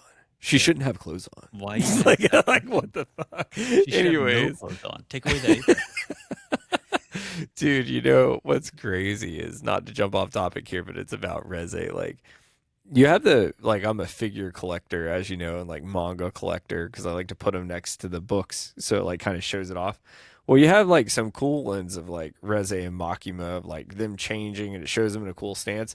But dude, like some of the most popular ones are the Gooner ones, where it's like just them in underwear and bunny ears, and it's like that's not even in the show. No, Fucking crazy, man. you gotta have some spank bank material. Come on, man. Dude, absolutely Uh, insane. Dude, the yeah, amount of people that are probably like, that's why they buy this shit, because they're like, I gotta take it into the bathroom with me. Sick, sure. dude. You Sick. you can't. They can't even turn a page because they're all stuck together. So bad. And that's why you don't buy manga used. You can buy Exactly. novels used, but not the They're well manga. used. And don't be buying any in the bag either. In the closed Ziploc bag. Oh yeah, no. No. This one you Anyways, have to have a hazmat suit to handle those. dude, that's so bad. Imagine the people at Amazon that's like, they're duct taping it in the box. They're like, oh, dude, like this one's in one of those black non see through bags. Like, this has to be bad. Yeah, someone returns it and they're That you like, can only order online. Like, they don't carry "Oh, it in the store. Anyways, so back to Reze. So in this moment, we have this sick fucking moment because, she's kicking ass here. So Nomo is missing an arm, and he's there, and he's still survived. And she's like, "How the fuck are you? You are not dead yet, basically." And so he's there, and she walks up to him, and she's like holding him by the throat, about to finish him off. And then we hear Cone, and the fox devil engulfs Reze and swallows her, and it's the vice captain behind Nomo that comes to save the day, that whips out his sword. But then the fox devil, we've seen this happen before. This happened when we had the katana devil get swallowed. And she basically says, you put another quite an abomination in my mouth, and says I'm leaving, and disappears and leaves. And Reze appears right in front of them. So that was all basically for nothing, except it did save Nomo's life for a temporary period of time, I right, would 5 seconds." say. But let's talk about this for a minute. One, we're starting to see more and more people that are contracted with this fox devil. At first, we were so surprised because it was really just Aki, and he was giving up pieces of his flesh. And then we heard in that meeting way back in those early episodes. Remember when him and O was even there and they went out to eat and you were hearing these other agents were contracted with it. Now we're seeing a lot of people are contracted with this thing. So, one, why is that? Can anyone kind of contract with this thing? Is this really a lower level beast to be contracted with? A lower level kind of devil? And then adding to that, maybe it really is, because then at what level is Reze being a devil? Because once again, it swallowed something that now does nothing. Like just straight up like abandoned ship. And there's some people that do that later on in this film. But like straight up abandoned ship. So what's your thoughts on that? Yeah, so the Fox Devil is it has a really good relationship with humanity, with people, for whatever reason. I think the reason for that is a cultural one, because foxes have they're really significant and their symbol in Japanese culture. So I think that that's obviously the reason why that won't be more friendly towards humans, and so a lot of people can contract with it. And I think it is actually like a higher end devil. It's a pretty powerful one, but it requires a really small or minimal sacrifice to use its powers, like little pieces of skin, hair, like that guy he bit his hand, so a little bit of blood. Minimal sacrifice compared to what most of these devils require, like entire limbs, eyeballs, you name it, horrible shit. And because it still has a lot of power for the minimal sacrifice, you could see why a lot of them they give it to like a lot of the new recruits, and it's kind of like a panic button. So like if the new recruits skills aren't really up to snuff, at least yet, when in terms of fighting these devils, they can just go cone and like call the fox devil to come take care of the shit for them. So I think it is pretty damn strong, but I think that and its minimal sacrifice is the reason why they make so many new recruits pair with it, and that's why so many people have the fox devil. And it's like super picky, so it has like a really specific palate that it likes. It's certain things it doesn't like. Those hybrid beings like Denji, like a katana man, like Reze, it thinks they're disgusting. And so supposedly it's like super temperamental. So if you feed it something that it does not like, you'll get on its shit list. And then it has the power to dissolve the contract it made with humans on its own. So like if you feed it something shitty that it just does not like the taste of, it'll go and dissolve that contract and it will not give that person its powers anymore. So it's a little bit of a temperamental bastard. And it also, what's interesting in this scene, you see it where what Nomo calls for the fox devil, and he just gets the paw. He gets the claw and the paw, and that swipes and scratches. Well, the vice captain, when he calls it, he gets the head, just like Aki. Aki also, when he calls the fox devil, he calls the head. Why is that? So the fox devil apparently values attractive people, which is a fucking common theme in this series, which is so weird. But like, a common theme is that the fox devil will provide its head, it'll show its face for people that it deems that are attractive, and ones that are less than attractive get like the paws and shit and the claws, which is so bizarre. I'm not really sure what the significance of that is, but obviously I think that's probably just a cultural thing again. Like they value good looks and things like that and attraction in people, but I wonder why it is the case with the devil. But that's kind of like the whole deal with the fox devil here. And it spits Reze out because Reze is another one of those hybrids that like you said, we've seen this already. So we know when the fox devil eats those like part human, part devil, whatever they are, abominations, as they like to say, it doesn't like the taste of it for whatever reason. It's like it eats pure devils. It wants the leech devil. It devoured that thing. It was asking Aki if it could eat it because like it was, it wants things like that, not these abominations as they're called. So pretty interesting. Yeah, that's a really good point. So then we have this moment, right? Because Nomo told Aki, take Beam and Denji out the back, like try to save Denji's life, doing everything he can. So he's in the car, and then he gets this vision, like he's about to peel off, and he has this vision of Reze. And he's talking to the future devil inside his eye. It's like, why did you just show me that? And then fucking Reze like appears in front of the car with Nomo and the vice captain's heads. Yeah. What in the fuck? And then she tells Aki directly, kick Denji out of the car and drive away. Holy shit, these guys didn't last very long. What'd you think of this moment, Kern? Yeah, it was wild. So like when Aki receives that vision, it's just like boom, boom, boom. It's really quick. But if you pause it and look at it, it's that like he saw his buddies getting killed basically by Reze in the building, and that was like the vision. A few seconds in the future, he's like, "Why did you show me that one?" But it also hints at something else later in the future. But yeah, it was crazy because and like when she's holding those heads, and she says to Aki and she says to them that she didn't want to kill them. She only killed the public safety guys because she wanted to show her power to say like this is what I can do to you and this is what I will do if you don't give me Denji. So just give him over and I'll let you go. That's all I care about. So she's still kind of very it's that weird split of like she's evil, but she also has kind of boundaries herself in some way where she's like, I didn't want to do this, but I had to show you how badass I am. So you just give me Denji, give me what I want, and all of this goes away. This will all stop. So like she kind of has little boundaries in there that we don't necessarily know about, at least right now, but up until this point. So I think that was a really interesting moment there where you kind of see that she's not necessarily a complete monster, even though she causes unbelievable death and destruction. For sure.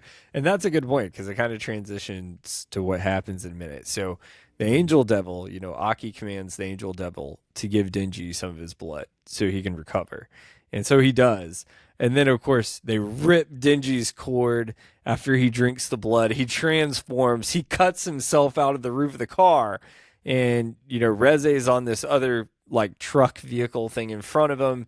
And Denji's standing on, like, the roof of whatever the fuck after he just, like, cut the roof out of the car. And you have this emotional kind of moment between the two because you can see where Denji's really, like, in a way, I think he's kind of, I don't want to say breaking down, but he's kind of upset because he feels like he's almost been played with. If you listen to what happens here, because Reze's in front of him, he's like, every girl I meet wants to murder me. Everyone's after my chainsaw heart. What about my heart? Denji's heart. Does nobody want that? And Reze responds, I really do have feelings for you, Denji. I wasn't lying about that. And so, what do you think? Like, does she really mean this? Or is she playing him the whole time? And then we have this one moment here, and I'll let you respond, is Aki interrupts, says, don't be so gullible, dumbass. It kind of like kicks Denji into gear. And then Denji says, got more important things, like Miss Makima. And Reze is kind of shocked here. And I'm surprised by this because I would thought Reze would probably have had this a little bit in her head when they were talking on the top of the mountain.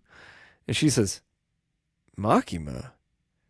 Denji, I didn't know that bitch put a collar on you. There was no point in us running away together anyways. Like, holy shit, man. So what do you think about this whole scene here? Because it breaks down a lot. Like, I'm surprised she didn't see this coming, though. And then, did she really have feelings for him? Like, I don't know. This is hard to say because you feel like she was playing him the whole time. But then, in something we'll get into much later before we close out this episode, like, you think maybe, like you were saying last week, or earlier in the week, like something was real there. Something was real that was going on. Yeah, I do think she's telling the truth in this moment. I I don't know. There's especially when she says that realization that Makima has a collar on him. I think in that moment she's like, that explains a lot, and I think that her saying that she has feelings for him, I think it's true. I just go back to the pool scene when she's teaching him how to swim, I don't know that that was entirely faked. I feel like there's actual feelings there. And I think because I think she kind of sees herself in Denji in a lot of ways. And I think that she's similar in that she really hasn't had probably a true, genuine connection with somebody. And Denji hasn't had that either. And I think she recognizes that. And so I do think that there is some reality to what she's saying. I do think a lot of it also is a game because she's got to do what she's got to do in order to get his heart. But at the same time, I do think that inadvertently she gathered some feelings for Denji in their time together. And this scene when she's like, I didn't know that bitch put a collar on you. And I was like, good use of the word bitch because that's a female dog. Yeah. So that's very interesting that she did that as well. And it just that whole dog and control kind of theming here runs true through this entire film as it does through the whole series. But yeah, I think that in that moment that I would expect her to know as well, especially that she's all the other devils pretty much know that he's in league with Makima and like she's always around and like they all know that Makima's still alive, she still exists and she's still controlling things I guess from a distance, but it's a little surprising that she wouldn't realize that, especially since Makima and like the whole public safety division are going after they're trying to find the gun devil and they're going after everyone that she wouldn't be aware of that, like she wouldn't know that he's working with Makima. That's a little weird unless Makima was maybe doing something to keep that out of her. I don't know because is that a whole part of it too? Like is that a part of the game for Makima to like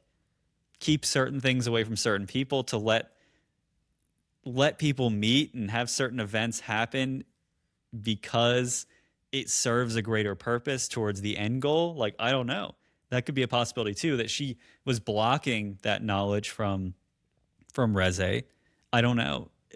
I think about it now. I'm like, maybe she did have something to do with that. Maybe there was like a little bit of a wall up. But that realization there, I think in that moment, and then her saying that she did have feelings for him, I believe that. I do think it's partial manipulation, but also there's some truth to that as well.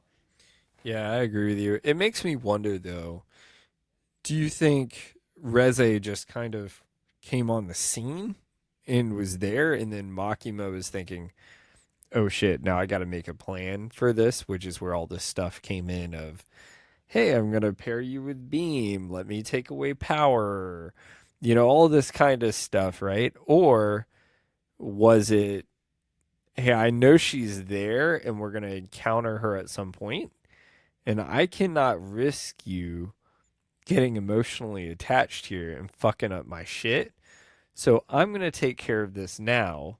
I'm not going to tell you how I'm going to do it. I'm sitting here playing cards, and it's all going to work just according to plan because I'm going to do this silently and move pieces on this chessboard. And I know she's out there, and this is going to happen eventually. Or do you think Reze just kind of came on the scene because he happened to be walking down the street and she was planning it? What do you think? Probably a little bit of both. I would have to think with the amount of information that Makima seems to know that she would be aware that there's people that are in league with the Gun Devil and that they would make their appearance some way or another and she would have to deal with them. And did she know exactly when that it would be Reze and that Reze would make her appearance at this time? I doubt it. But I think that it was all in preparation of like someone's going to make an appearance at some point and they're going to try and pry Denji away from me and from public safety and all that stuff. So I think a part of it, a little bit of it is, yeah, she probably knew this was going to happen, but I don't think it was necessarily all planned on Makima's part. I don't know how she could have done that, especially knowing we know now. Like, I don't think that would have been within the realm of possibilities, but who knows?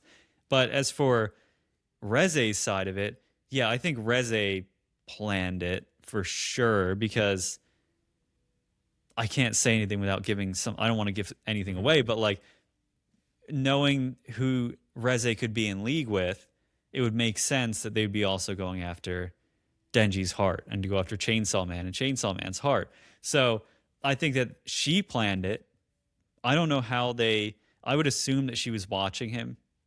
I would assume that she had spies to know where he was, and then took advantage of that moment when he was by himself. And it's also interesting because if that's the case, you know, if Reze was watching or had someone else watching, they would have seen that Denji was on a date with Makima for like fucking 12 hours. So like, how did she?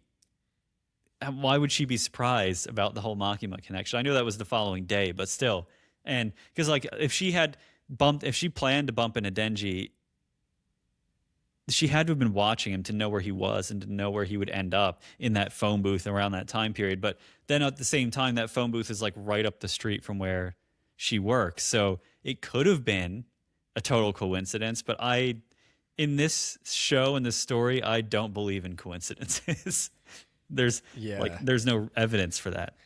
And that's awesome, but it's also kind of sad. And I think the Mhm. writing, this is why the writing, I respect it so much here, because also at the same time, you really can't say there's a good guys and bad guys. Like there's no good guys and bad guys because even like the good guy team, they got a lot of problems. And there's a lot of people on that team that I don't agree with their values and intentions. So it's like it's kind of like the good guys are the bad guys in a way, but then the bad guys are also like sometimes the good guys, which kind of like And leans into you know, Reze it's here. so funny that you say that because I feel like that is literally humanity in a nutshell. Mhm. Like even the devils are representative of humanity because there's so many good people in this world and there's so many bad people, but good people can also do bad things for the right reasons or what they think are the right reasons, and bad people can do good things for other reasons as well. So like everyone's capable of going to one side or the other. And so I really like how there's heroes, but all of the heroes are significantly flawed. And that's like the most human thing about this story is that nobody's perfect in here. No one's free of damnation, if you want to go that way. So I think that's a brilliant way of doing this because it is kind of representative of humanity. Even when, as they say, like even when people are doing good deeds, they're still selfish because doing that good deed makes them feel better about themselves. And so it's like, is anything really selfless? Is that a thing?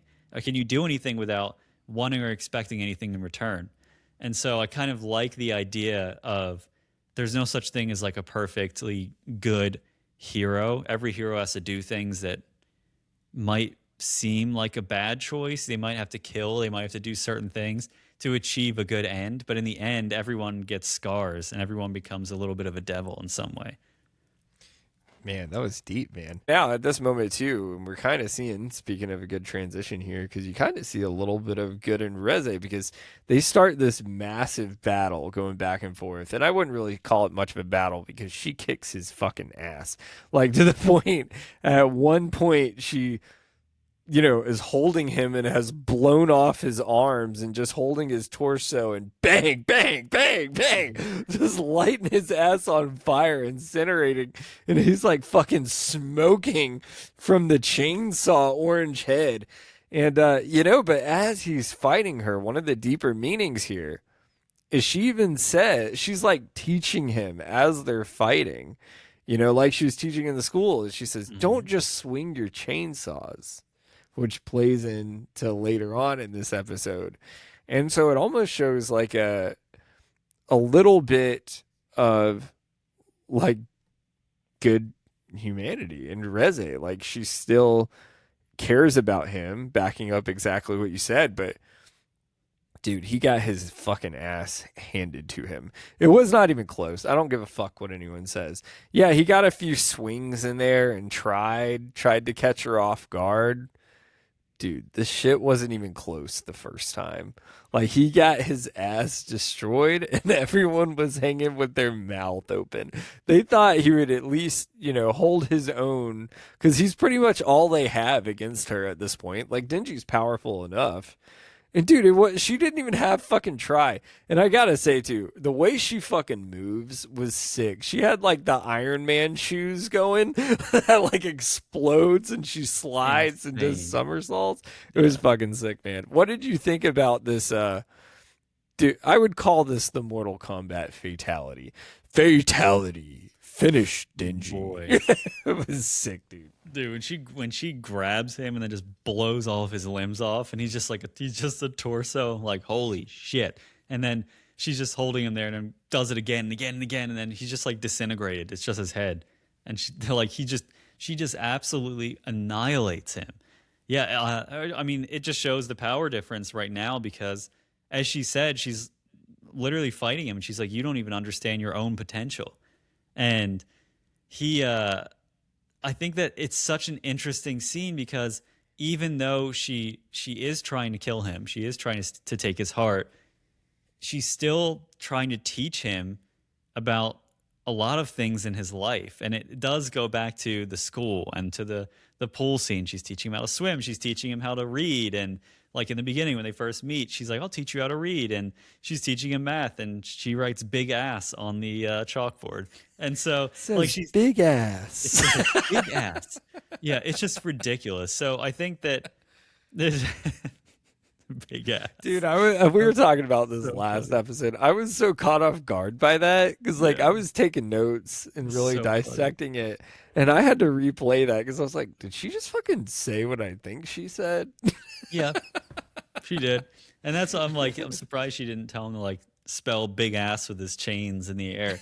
But it's crazy because I think in this scene, I think it still shows that she does give a shit. There's more to her than just being the monster.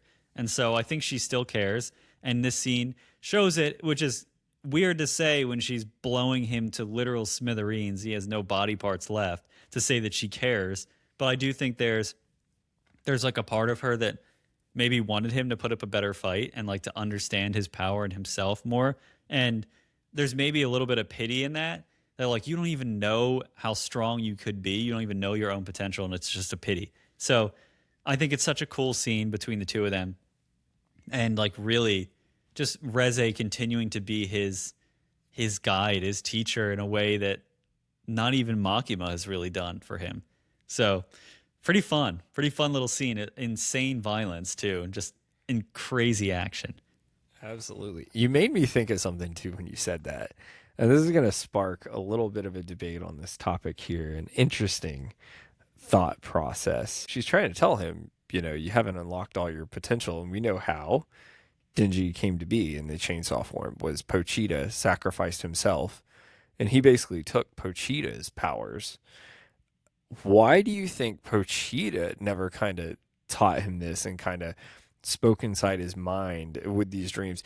Maybe it's that Pochita is even afraid of him becoming like full devil and losing a piece of who Denji really was when they were together all those years fighting devils and had their friendships. And which even kind of maybe goes into, I mean, I think this might be looking way too far into it, but behind the door thing of this dream he keeps having, like don't open it, don't go there. Maybe it's even a little piece of that, like I don't want you to unlock your full potential, so I'm not going to tell you because I don't want you to lose that piece of you that I've always known. Like you do have a heart in there somewhere, even though I'm your heart. Like I still know who you are. And if you go entirely unhinged, once you're unhinged as fuck already, like I don't want to lose you. So like maybe that was part of it. So he lets him kind of discover it himself. I don't know. What do you think? Yeah, that's an interesting point because you would think that out of self-preservation, like maybe Pochita would help Denji learn how to use his full power, but you could be onto something there that if he accesses that full power, that maybe Pochita's worried that he will completely lose the human side of him. So I don't know. That's a very interesting point. You would think that if Pochita wants to keep Denji alive and to keep his dreams alive, that he would assist him, but maybe he can't. Maybe he can't do that. Like, I don't know, maybe he doesn't, his power, he's in his heart, but maybe he still can't, I guess teach him how to use the power. He has to learn for himself. which is a part of anything to do with humans. I mean, you got to learn and educate yourself and learn about new things. And I guess maybe he wanted him to experience that for himself. I don't know. That's a really interesting question. I Yeah, really don't yeah. have a good answer for that. That's some good writing on their end because either Yeah, they're just giving us mind fucks, not even knowing they were as they're writing it's either a this. plot hole or an intentional like mind fuck, like you said. Yeah, Yeah, for sure. So, and then we get this badass fucking scene with Aki. Aki using his future power here really comes in clutch. Here, it really works because he's able to kind of delay her a little bit. And it shows, like you were saying, with these contracts that, you know, the more you give up, the more powerful the devil is that you're able to use. And it really comes in clutch in these situations here. yeah. I thought it. You know, I always think, why doesn't he use it more often? It doesn't seem like he taps into that power that often. And I wonder if it's because there's a little bit of a fear there. Like, is he going to see something about his own future that's going to happen like moments later? Is he going to see that and be like, oh shit, it's going to make him freeze? Like, is that why he's not using it? But he does use it to perfection in this scene where he's like predicting all of her moves. But even though he could see what's going to happen, he still has to react quick enough to get out of the way. And he's not as fast as a devil. So, but he still uses it, and it's so fucking cool to see. And it just makes me wonder, like, why doesn't he use it more often? But I do think that that plays into like him not wanting to necessarily see his own future, and he doesn't want to see something that he won't like because that might, you know, impact his mental state in the present or whatever he's doing. So kind of cool, but I think that the use of the power here is just fucking sick. I love it. For sure. Yeah, I agree entirely. And then we have this moment where Reze calls the Typhoon Devil for backup from where, you know, we saw she defeated that serial killer in the last episode. And then the Typhoon Devil, she commands it to obey her. So now calls it. And this thing, like, what the fuck, dude? It looks like some like baby devil. Like it looks like an infant fat ass child. I thought of like Eric Cartman. It looks like Eric Cartman in girl form that can shoot tornadoes out of its hands. What the Fucking fuck? weird. I didn't understand why it was a baby either. That didn't really make any sense to me. It was just like a fat baby inside of a, but it was like half a head. Had like Yeah. it was just like the mouth and like half the nose and down. It was so weird looking. I'm like, I don't know. I don't understand why it was a baby either. That was just fucking weird, dude. So fucking weird. Yeah. And then this typhoon devil is causing this massive storm, the massive hurricane looking thing, and it's blowing everyone everywhere. And it captures like the angel devil in this storm. And we have this big moment with Aki and the angel devil where I guess they're, I don't know if it's really bonding, but I guess Aki's so sick of bad shit happening to people. But we see this flashback of like the angels devil's past. Did you think it was like his mother in this flashback? Who Mhm. did you think this was? I thought it was a family member for sure. And I guessed mother just based on the fact that it looked like a woman. And it was really quick. And that was when he's like being whisked away by the storm. And like he's floating backwards and he's like finally gonna die and he like closes his eyes and you get that quick flashback and yeah, you see that figure there and you're like, okay, well that also explains why he wants to die because clearly he misses his family and he was taken from his family and so maybe by dying he can be reunited with them is maybe what he's thinking in his own mind and it'll end his reign of sadness and depression of like I miss my family and I'm still alive and I just want to die and be with them basically. So it's a really deep, kind of dark and upsetting moment there. And I don't want to gloss over something that happened before this either because the angel devil in the scene with Aki and talking to the bomb devil, there's a part with the angel devil is also like standing over this woman who had been obliterated by the bomb devil. And she's like reaching up and she sees this angel standing there as she's dying. And he's just standing there watching her. And he reaches down and he grabs her hand and he's like, don't worry, you're going to go to heaven. And he kisses her on the hand, effectively taking away her suffering and ending it and killing her. And he's like, but I have to use your blood now. I'm sorry. And he apologizes. And in that moment, you're like, what? This is not the same character. Like earlier when we saw him, he said when the public safety guy was dying inside of that disgusting devil after Aki killed it in part one, that we see the angel devil be like, well, I don't really. I think all humans should suffer. Why should I like reduce the suffering? I am a devil after all. Well, we haven't seen this part of him before where he's like apologizing for using the blood and kisses her hand to let her go peacefully when she's dying and telling her she's going to heaven. He's acting like the angel in this scene. And it's just something interesting that we haven't seen yet. And so, like, you see that, and then you see this scene when he's flying away and he's about to be sucked away by the Typhoon Devil. And then you get the flashback to the family, and it starts to change how you think about the Angel Devil in this moment. And these couple of scenes are like, wow, he's actually, maybe he's going through something and he's kind of changing a little bit for the better. He's becoming more the angel than the devil. For sure. You actually made me think of something too that I would bring up in a minute after this moment happens. So Aki grabs onto the angel devil's hand and screaming as he does it and pulls him back to where he can safely grab hold of him. Really unlike Aki to save devils too. And then the angel devil asks if Aki wants to die, and Aki says, hell no, and then asks how much life he's lost. And the angel devil tells him about 2 months. And he's like holding the devil in front of him, crying. He's like, if you want to die, go ahead. Just do it somewhere far away. I'm sick and tired of people dying right before my eyes. And Aki refused to let him go and die. And this also makes me think, too, when that angel devil had that flashback, and I don't think this is intentional, but it provokes a deep thought. What if that flashback, even though the angel devil was having it, maybe Aki was having it too, which is how he was like in the future. And that was supposed to happen. And then Aki stepped in the way and saved him. Like if the angel devil is supposed to die right there, but because Aki can see the future, it sparks an interesting thought where maybe he saw it at the same time. And I don't think it was because it wasn't shown to us. But what if it did and he stepped in and saved him? That's an interesting take. What do you think? Yeah, I don't think that happened. And the only reason I say that is because they show the angel devil, and the angel devil closed his eyes, and then you see the flashback, and it's clearly someone related to the angel devil, just based on the way that it looks.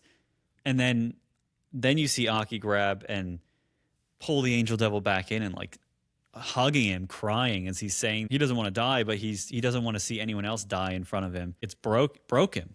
And he's crying and he's squeezing the angel devil and holding the angel devil. And the angel devil just like lays his head down, like understanding now more of an understanding of humans and especially through Aki's eyes. But I don't think I don't think Aki saw that because to me that was a flash back, not a flash forward. It was like this is a past moment that we're getting a glimpse of from the angel devil, not a future moment. I get that too. And keep in mind, I don't think they created that as an intention by any means. Mm-hmm. It's just interesting, the thought provoking that could go for it. Because imagine if they kind of faded that scene to look like a future thing, but it was coming from the angel's mind. Well, then maybe Aki would have been having it at the same time. So it's an interesting thought. But think about how much Aki has progressed here. Yeah. So yeah, he's progressed big character development there. I mean, and you've seen it throughout this entire series as he's grown closer to Denji and Power, that he's starting to learn to appreciate them in different ways than maybe before. Because before, I mean, he just kills them. He knows Sea Devil, Kill Devil, but he's learning there's a little bit more to them, and that there's actually a lot of them that are more like humans maybe than he realized. And they also have tragic stories and the reasons why they ended up the way that they are. So I think he's starting to understand that more. And this is one of those moments where you really see, you're right. Like if it was the Aki of old, he probably would have just been like, I don't give a shit. Go get sucked into the typhoon. I don't give a damn. You're a devil. But like spending more time with these devils and getting to know them more and understanding them more, he kind of is just like, he gets close to these, he like is getting closer to these people, and he just doesn't want to lose anyone else anymore. He's just kind of mentally, he's reached his threshold for loss, and he just can't take it anymore. Whether it's a devil or a human, it makes no difference. He's just at his limit, and he can't take it anymore. For sure. Yeah, no, I totally agree. So then at this point, though, we go into the big final battle because, as you mentioned, the angel devil, the woman that dies, he basically puts her out of her misery. Full circle moment there. Uses her blood to help regenerate Denji with Beam that's over there. And he regenerates. So we have this final battle that starts, right?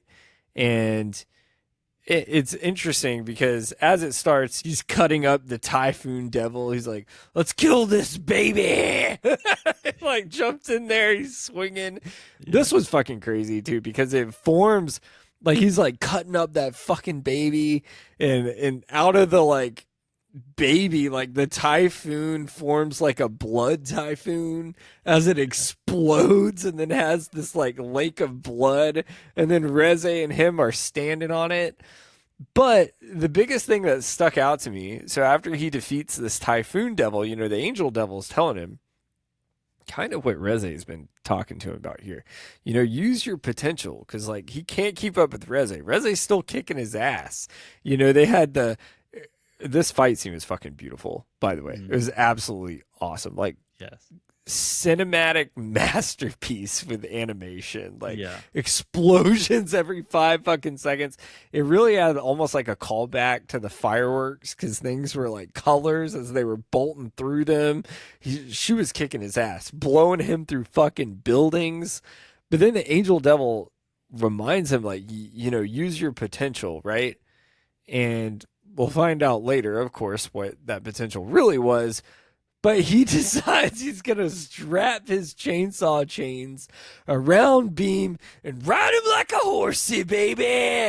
Ride you like a horsey. Yeehaw, motherfucker. Like, what the fuck? And you see these, like, spider legs come out of Beam. And then they, like, shoot through the pool of blood, like, swimming in it, like, crawling through all this stuff, as they were taking down first the Typhoon Devil and then fighting Reze. And this is just the craziest thought, but I thought it was fucking hilarious, which then leads into that moment where you have, of course, this like standoff of this like Western kind of thing going on between Reze and Denji. But what'd you think of, like, this was what he decided was his potential, was yeehaw. I was so thrown off. Nuts, because like they were talking about, because they asked Beam, because Beam seems to be like the Chainsaw Man expert, and they're like, what does that mean? Like, what, he can use chains? And Beam's like, yeah, he can use chains, and he can like throw his chains and connect to buildings and swing through the city like a superhero, like fucking Spider-Man, but with chains, which sounds cool as shit. And Denji's like, oh yeah, I'll use the chains. And he gets so excited. And then he wraps them into Beam's mouth. And he's like, go into shark form. And then Beam's like, oh yeah. And then he's like, oh. And when he gets the things in his mouth, he was not expecting that at all.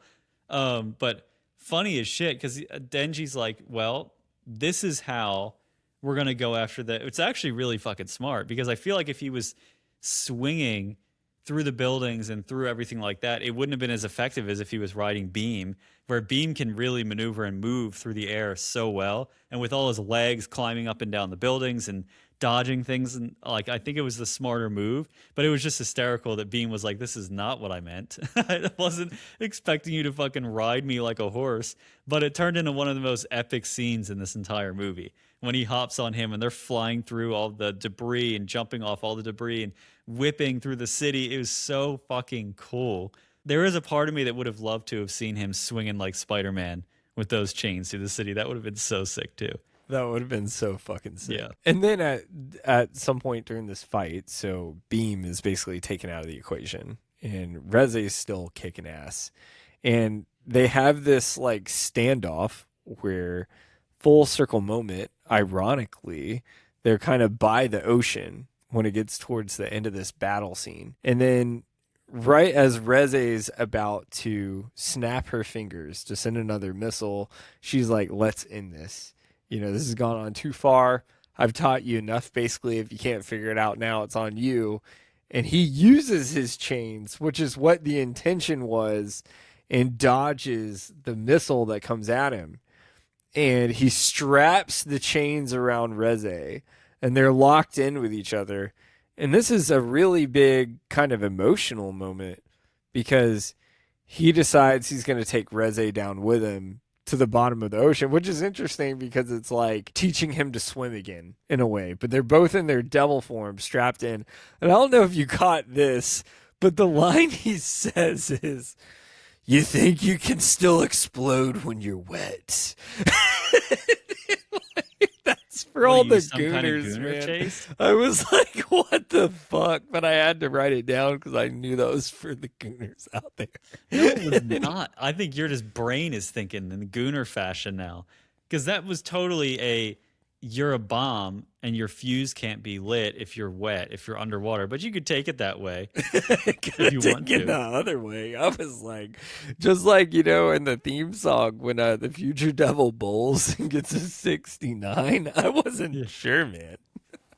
I mean, listen, it could be a little bit of both. Who knows? But that whole thing there, yeah, I don't know. I think mostly it was the fact that she's a bomb devil and like good luck lighting up your wick when you're underwater and you're wet. And like it's also a moment he notices when they're fighting, I think with the typhoon, that she gets wet and she has trouble like sparking up her flame again, and he notices that. And he's like, "Oh, well, you're going to have trouble going in the water. How are you going to light up and explode if like you're wet?" I think that's more so what it is than your fucking gooner ass mind. As you're sitting here making fun of them, you have the same mindset. I don't even want to hear it.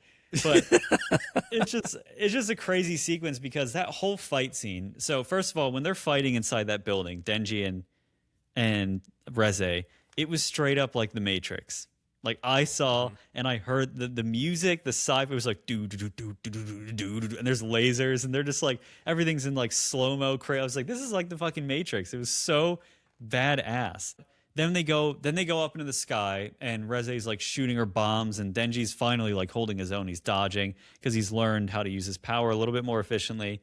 And all around them you have the clouds and the explosions and they're all different colors, which is very reminiscent of when they were at the fireworks in the beginning when all this shit kicked off.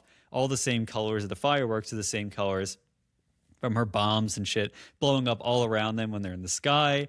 And so I think that those moments right there add a little bit more depth to the story. So it's not just all about the action and how cool it looks, but there's more layers to it that's connecting other parts of the story back together. And I fucking love that. Denji gets nailed in midair and he's like falling and here comes Beam once again and swallows Denji to save him. And then Reze is over there and she just goes up to Beam and she's like, "Nee," like a million punches into his body and like lights him up with all his explosions, blows Beam out of the sky. And then they land and then Beam, you see Denji crawl out of Beam's body. And he's like, "Thanks again for saving me." And then we have that old Western standoff of Reze and Denji on the dock there. And it's just like Beam, time and time again, the man just comes through no matter how much Denji didn't want him and thought he was a pain in the ass. The guy just comes through time and time. And he's like fucking indestructible on top of it. The guy is like made of the most indestructible material known to man, I feel like, at this point. But this scene when they intertwine and they fall into the water and they're sinking, and you get the flashbacks to their time in the pool at the school, and it's like a kind of a tragic reminder of their love for one another, their entangled fates, like the chains wrapping them both together. They're going to go down together because their fates and their lives are totally entangled at this point. And it's kind of representative also of them that neither of them is truly free, like to do what they want to do. And so they're going to go down together in a blaze of glory, or in this case, sinking like a rock to the bottom of the ocean. I just think it's kind of a beautiful way to end that climactic insane battle, is just the two of them together again, entangled once again, and kind of like where they started their love story in that pool. Sure. I definitely agree there. It was a really cool full circle moment. And I saw where this was going when they got backed up against that ocean. A great point about Beam too, because he always winds up coming in the clutch, even Always. when he saved him coming down the mountain. Like Reze could have ended this a long time ago. So it was, yeah, it was great. And Beam's the then hero. they're at the bottom of the ocean. They wake up. Reze wakes up like on the beach, and she's in her regular clothes again, and well, no pants really, but she's in like her regular clothes. Wakes up next to Denji, and this kind of shows. I think there was definitely something going on with them, and Denji had something for her because Denji, when she wakes up, like basically saved Reze in a way. Like she didn't die, he got her out of there, and he tells her that if I turned you in to public safety, where Makima and all them were, I'd feel like a fishbone in my throat. Like I couldn't do it. Like I can't just turn you in. Which is funny because that's something he said like when that big battle started. I'm turning you in.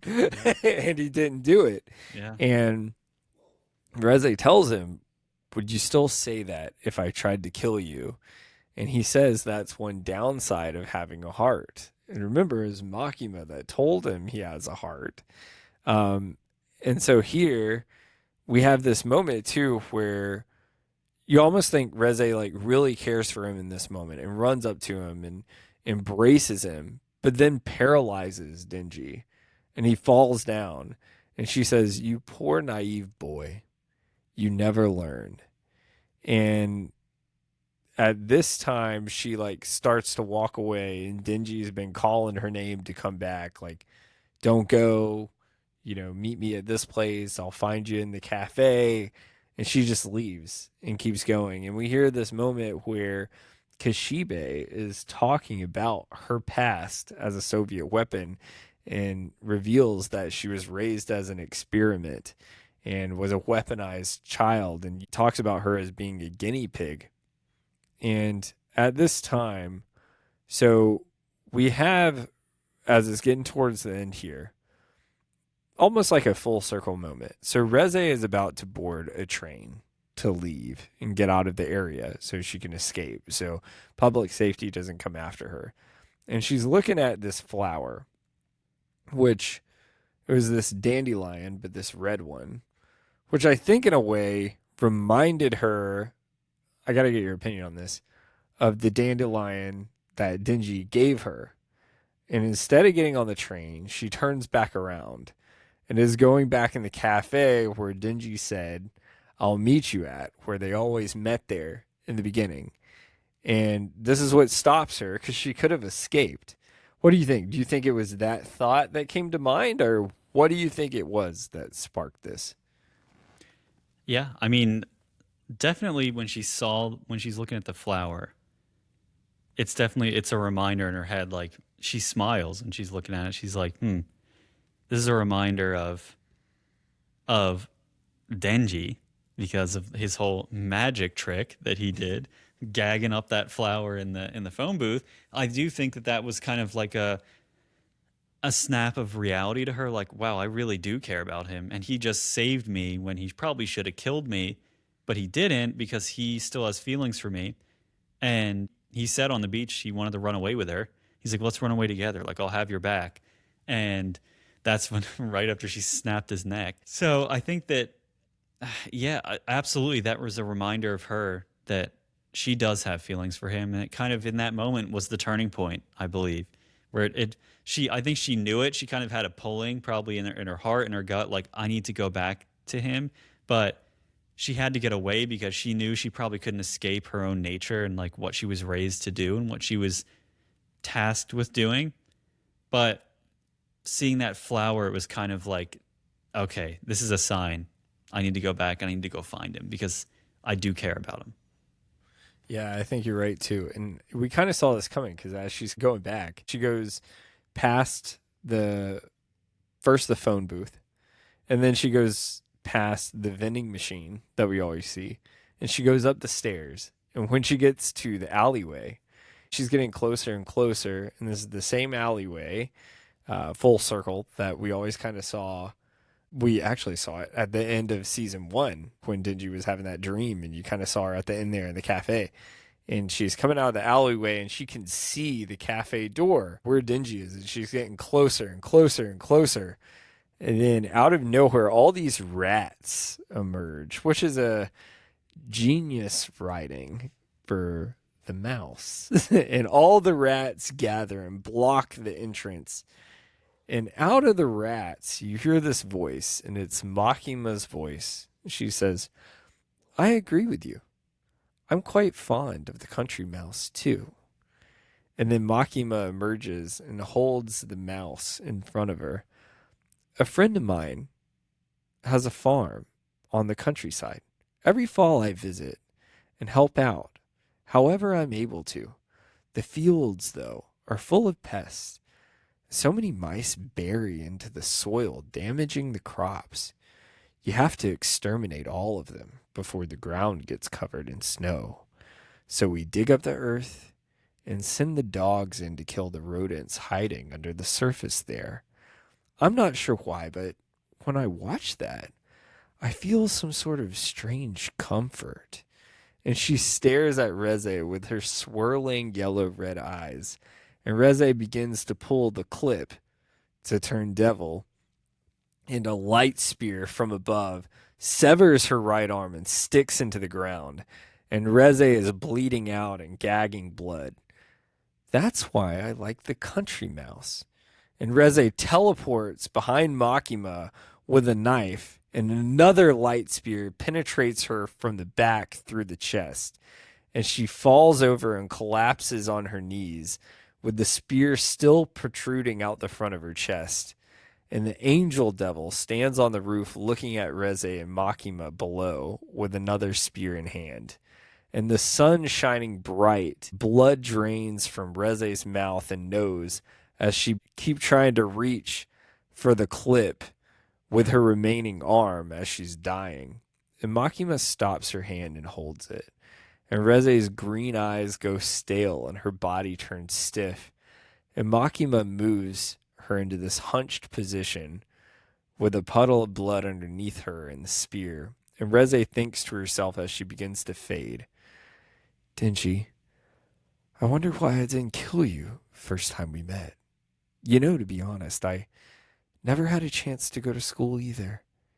And Reze watches Denji sit in the cafe as a shadow takes over the sun above.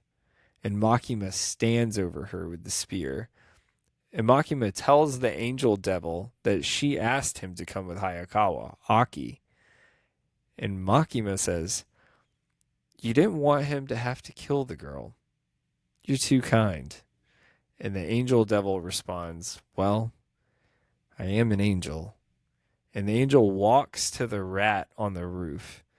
Hey, is the city a good place? And the sun shines bright through the clouds. And the movie ends. Holy fuck. Makima is a fucking dog. What did you think about this? And damn, right as we're feeling maybe Denji found the right one, maybe this was all like supposed to happen, you know, the inner conflict, and finally everything comes full circle. Maybe Denji's catching a break here. Maybe Reze is coming back to her own. This is what it was meant to be the whole time. It wasn't Makima. It was Reze. Holy fuck. Reze fell right into Makima's fucking plan the entire time. Yeah, and that was one of the things that was crazy about this too, is like how did Makima knew that she would come back? Like that she would turn around and come back. So Makima must have known how close, I guess, Reze got to Denji. And so that makes you wonder how much of their relationship and everything was predetermined at this point. Like, how much was this planned? So just a shockingly depressing ending. Because when that happened, I was like, oh, yeah, she's going to go back. Finally, Denji's going to be happy. He's going to get someone that actually likes him and that came to the conclusion that she liked him. of her own volition, like even after fighting and trying to kill him, she still realized in the end, I actually do have feelings for him. I do like him. And it wasn't someone else telling her to have those feelings.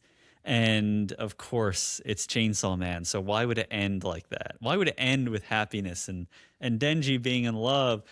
No, we're gonna just waste her right there, feet away from the entrance of the cafe where she can see Denji from the alleyway where she's bleeding out. And just a unbelievably sad fucking way to end this movie, dude. Like he's right there. She's looking at the back of his shoulders like, "Oh my god, why didn't I kill you?" And I think she knows the answer is that she actually did care for him, and that's why. She wanted to actually get to know him because she genuinely liked him. And for her to die in the street, in the alleyway, with the whole rat symbolism going on there, which is wild. But like, that's just so, oh man, it was heartbreaking. Heartbreaking ending. It really was. And even to the point of Makima, she's such a fucking savage. She used her own words against her. Yeah. Because, like, they both agreed, they like the country mouse. But her reason for liking the country mouse was totally different than why Reze liked the country mouse. It was all about control. Is really what it was. And I have a question about this too, because when it was happening, I was a little confused. Why are they all talking about that same fable? Because when that comes up the first time, it's just Reze and Denji. Yeah. And then, like, in the middle of that scene, it cuts to Aki and the Angel Devil discussing mid-conversation the same fable. And then it's also the same one that Makima discussed previously. And I'm like, why do they all know about this? That this conversation happened between Reze and Denji. Like, how does Makima know? That's actually a good point. I don't know. I mean, maybe she was spying on them. I don't know. But then Aki and Like, why would it's a Aki and crazy Angel Devil be coincidence. conveniently talking about it at the same time? Unless the angel was working with Makima, but that's interesting. Well, clearly the angel was. So we see the Angel Devil in the end. The Angel Devil was working, but at the same time, like, how would she know? How did she know about that conversation? Yeah, I don't know. That's a good point. Crazy writing or She a in their plot head. hole, but I they mean, don't make a lot of plot holes. She had to have been in someone's mind, I feel like, because how else would she have known that they had that I conversation? was thinking that too, or like spying or something. And even think about this line here.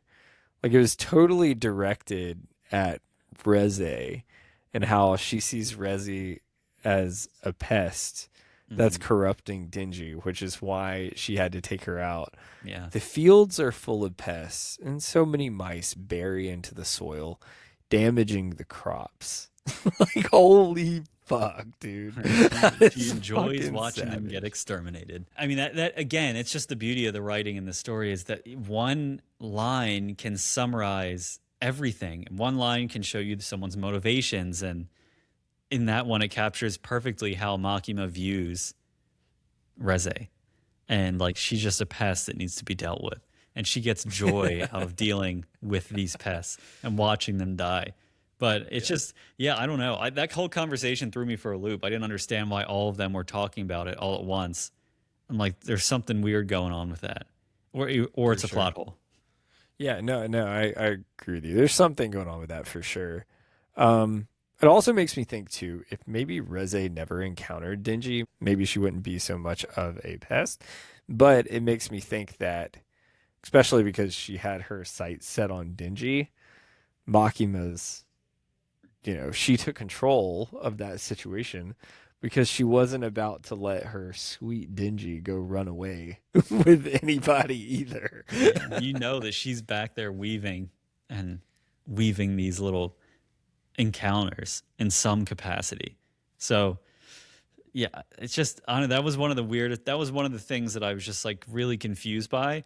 But the more you think about it, it's the creepier it gets, because you're like, if she knew that they were having that conversation. But then the Aki and the Angel Devil discussing it was weird. It's a brilliant way to explain all of their situations, but there's no explanation as to why they're all having it at the same time. So that was the only little plot hole I was like, that was a missed thing, but maybe there is a reason for it. We just don't know. Yeah, no, I think it was a good catch because I think that's almost overthinking it to think it's not a plot hole. Like everyone's not perfect, but hey, I mean, that's the beauty about this writing is like it even comes down to where like you could almost wonder if maybe Aki had that vision the Angel Devil had too, because you can almost like interpret things your own way and make Yeah. it make sense. Not to reveal anything, but we've read the manga and like with Reze dying, it's very Game of Thrones. And this like fucking Chainsaw Man series overall that we know, especially because we know because we've read it, it is very fucking Game of Thrones. Like you can't get attached to fucking anybody in this fucking series, man. Yeah, truer words could not have been said. It is very much a if you like someone, well, too bad kind of story. Like Like no you one's shouldn't get safe at attached. all. You shouldn't get Yeah. attached to anybody. It is, yeah. It's brutal, man. It's a brutal story. It really is. It's hard to find happiness in it, and I think that that's part of the reason why they add in so much of that like gooner humor and like the crazy wild stuff because they need to throw in some like bonkers lighthearted shit to kind of even out how truly depressing this entire story is. It really is. It's a very tragic story. So I feel like they do a good job of intertwining the stupid humor to try and make you feel like, oh, I could feel a little bit better about this. But it also adds to that unease where like, why am I laughing? Like I shouldn't be laughing because nothing should be funny in this story because it's so fucking sad. But like you still find moments to laugh and then you're immediately brought back down again to being like, oh, the dread is real. And that's just that again, that's like masterful horror writing to make you have that uneasy feeling when you're watching. You know, I hate when shows and books and stuff like people are safe, you know, like usually they kill that character that you're attached to, but it's not like a main character or someone that could be a main character. Here, it almost goes so far off the deep end the other way. It's like you just, I mean, of course, Game of Thrones, like Ned Stark got his head cut off, but I mean, dude, like this series, no one truly is safe. And we know just because we know. And you know, like the character development is unbelievable. I think it's specifically in this movie. I know it kind of is the Reze movie, but at the same time, I feel like this is also the Angel Devils movie because you see how in the beginning just ruthless. Like I don't give a shit. I'm lazy. I don't want to work. I just want to die. All humans should suffer. Blah blah blah. All that horrible shit. Well, when the angel devil at the end is like, well, I am an angel after all. This is after the angel devil saying, well, I am a devil. I may look like an angel, but I am a devil. So it's like a complete 180 there of this is how I was thinking, this is what I was feeling before, but now I kind of have more of an understanding of humans. I guess a lot of that comes through his experience with Aki, that he's understanding maybe that humans might do a lot of dumb shit, a lot of crazy shit, but there's something about them. They care about other beings, and maybe there's something to learn from that. And like seeing how Aki was able to willing to sacrifice his own life to save him, I'm sure that deepened his appreciation for the humans. And like that's what led to him kissing that dying lady's hand to ease her suffering. And like then he says, "No, I'm an angel after all." Like he wanted to spare Aki from more pain and more suffering in this moment to kill a girl. That's huge. And then, you know, like when he's talking to the rat and he asks like, "Oh, hey, is the city a good place?" That's another 180 because when him and Aki are discussing the country mouse or the city mouse, what does he say the first time? That he was a country mouse, that he'd rather be a country mouse, but Makima took him from the country and brought him to the city against his will. To me, this is kind of like it's like a symbol of a renewal and like a renewal of his purpose and maybe like a renewed joy for life because the city mouse gets all the good food. It gets the entertainment. There's a lot of people around and they can make new relationships. So him asking the question there is such a brilliant way for them to show how much that he has actually changed from the beginning until now. And then it's just like one of those things where you see it so much throughout the story that the character development is just in fucking credible and everything reconnects. Everything comes back to the beginning, and everything has a reason for being in the story. And that's why we harp on this and say it all the time. Everything has a purpose, everything has a reason. There's nothing in here that's a coincidence, I don't believe. So the way that it's all connected in that way is just beautiful. And I think the way that they turn the angel devil into like this misunderstood, lazy, like, what the fuck is the point of this thing, to being also a representation of the power of humanity is pretty beautiful way to tell his story as well. For sure, I agree 100%. So, before we close out, how would you? It's hard because this can't really be compared to like season one, but how would you say it stacks up to season one? How would you say if you look at this movie as like its own big long episode? How would it stack up to the other episodes? And then, as far as parts, what part, in your personal opinion, doesn't mean one part's better than the other one, but what part did you enjoy more, part one or part two? Oh, that second question is going to be really difficult to answer. The how it stacks up to the rest of the season, though, I think it is, if you would call it an episode. I know I see it as its completely own thing. I know it's a continuation, but because of the way they did it as a movie, I feel like it's kind of its own thing entirely, although still connected to the main story.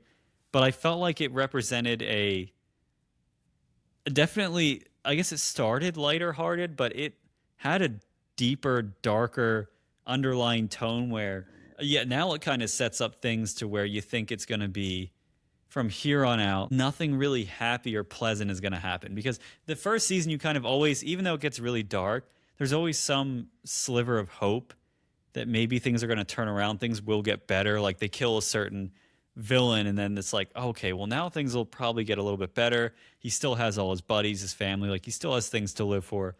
This one kind of started that way, following from the rest of the season with the lightheartedness and the romantic kind of, it was like a romantic comedy at first.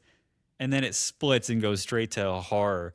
And it's just like, holy shit, this guy can never be happy. And the way that this one ends is just telling you basically strap in, because you think that things are going to get better from here on out, but they're not. And I think a lot of that can be said about even the post-credit scene, which seems really stupid. Like Power finally returns, and Power shows up, and she's like, "Oh, give me those flowers." So like, those are for me, and she wants to eat the Give me flowers. those flowers. Yeah, and they're like fighting over the flowers. And something really unique happens in the scene is that when the camera pans out from the cafe, it's rapidly shooting backwards down the alley the whole time, as the screen is getting darker and the alley is getting darker and the camera's moving further and further away.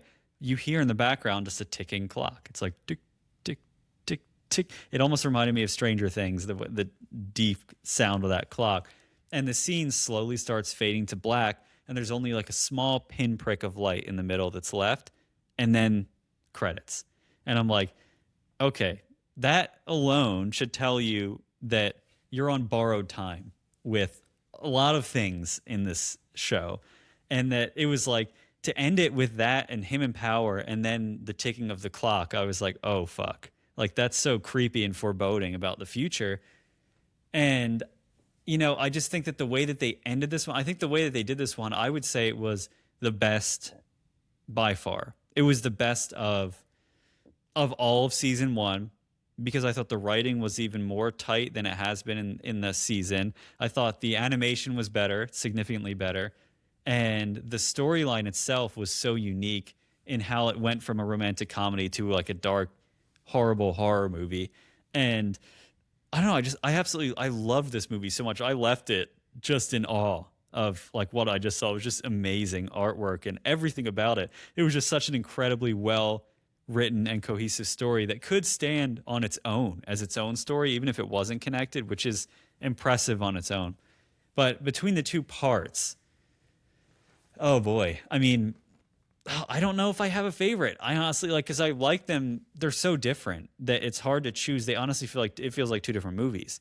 But it's hard to not choose the second part because of how much crazy ass action, how badass it is. And you get to see all the chaos and like the heavy metal music, and all the fight scenes are amazing. So it's hard not to pick that one. The first half was definitely slower, but it also had so much foreshadowing in there and a lot of little sneaky details and insight and callbacks to season one that you got to have a soft spot for it. But I liked the conclusion. This part two was probably my favorite. Part 2 is fucking awesome. Yeah. I'll go against you though. I'll say part 1, and it's not because what everyone thinks. I actually liked the thriller idea of it, because remember the psychopath? He was like, "Oh yeah, you want to have a party in the bathroom, pissing on the mountain," or whatever the fuck he was We saying. all know that you like it just because he talks about pissing on the roof. You're like, oh, the gooner in you pissing on going the roof. wild. But I thought the thriller part was like crazy. But yeah, they were both excellent. I mean, and I agree with you entirely. I think it beats the entire season 1. And the problem is you really can't like rank it against season 1 because they're totally cinematically. This is what was made for the big screen. Whereas I don't feel like you can just pick an episode from season 1 and be like, here, put it on the big screen. It still kind of feels like an episode. Whereas this really did feel like a full movie with the acts going on and the writing and the visuals were fucking made for the big screen here. Yeah. Absolutely fantastic. Color, it was just fantastic. Yeah, man. But yeah, we might have a little extra episode on our thoughts on the series and stuff overall, but we officially completed our first massive arc on Talk Fantasy to Me podcast, man. It's Fuck about yeah. damn time. Fuck yeah. So any closing thoughts on Chainsaw Man overall before we close out today, man? It's just, it'll always have a special place in my heart, especially because it really is like the first, as outside of Demon Slayer, of course, it was like the one that, the first one gets you in, it gets you interested like Demon Slayer did. This one really got me like, okay, now I am very curious. I want to read more and actually explore way more than just this genre of anime and of manga. So it has a special place in my heart for sure. But I am looking forward to season 2 that's going to be coming out. That's going to be really exciting because season 2 is going to be loaded with some crazy shit. And yeah, I'm just curious to see where they go. If they do more of these big movies to end some of these arcs would be really fun. But yeah, overall, I mean, I've loved covering it so far. It's such a great story, and I'm sure it will continue in the future. Fuck yeah, man. And that's what's nice is the audience doesn't have to worry because with season 2 coming out, it's not going away forever. It's not a goodbye. It's a see you later, Denji. Specifically sure. Denji. Yeah, but for that, thanks for tuning in for this episode of Talk Fantasy to Me, a Ridiculous Productions podcast. If you enjoyed this episode, please take a moment to leave us a review on your favorite podcast platform. It really helps us reach more listeners like you, so don't forget to like and follow us on YouTube, Instagram, and TikTok at Ridiculous Productions for show updates and more content. Talk to you next time.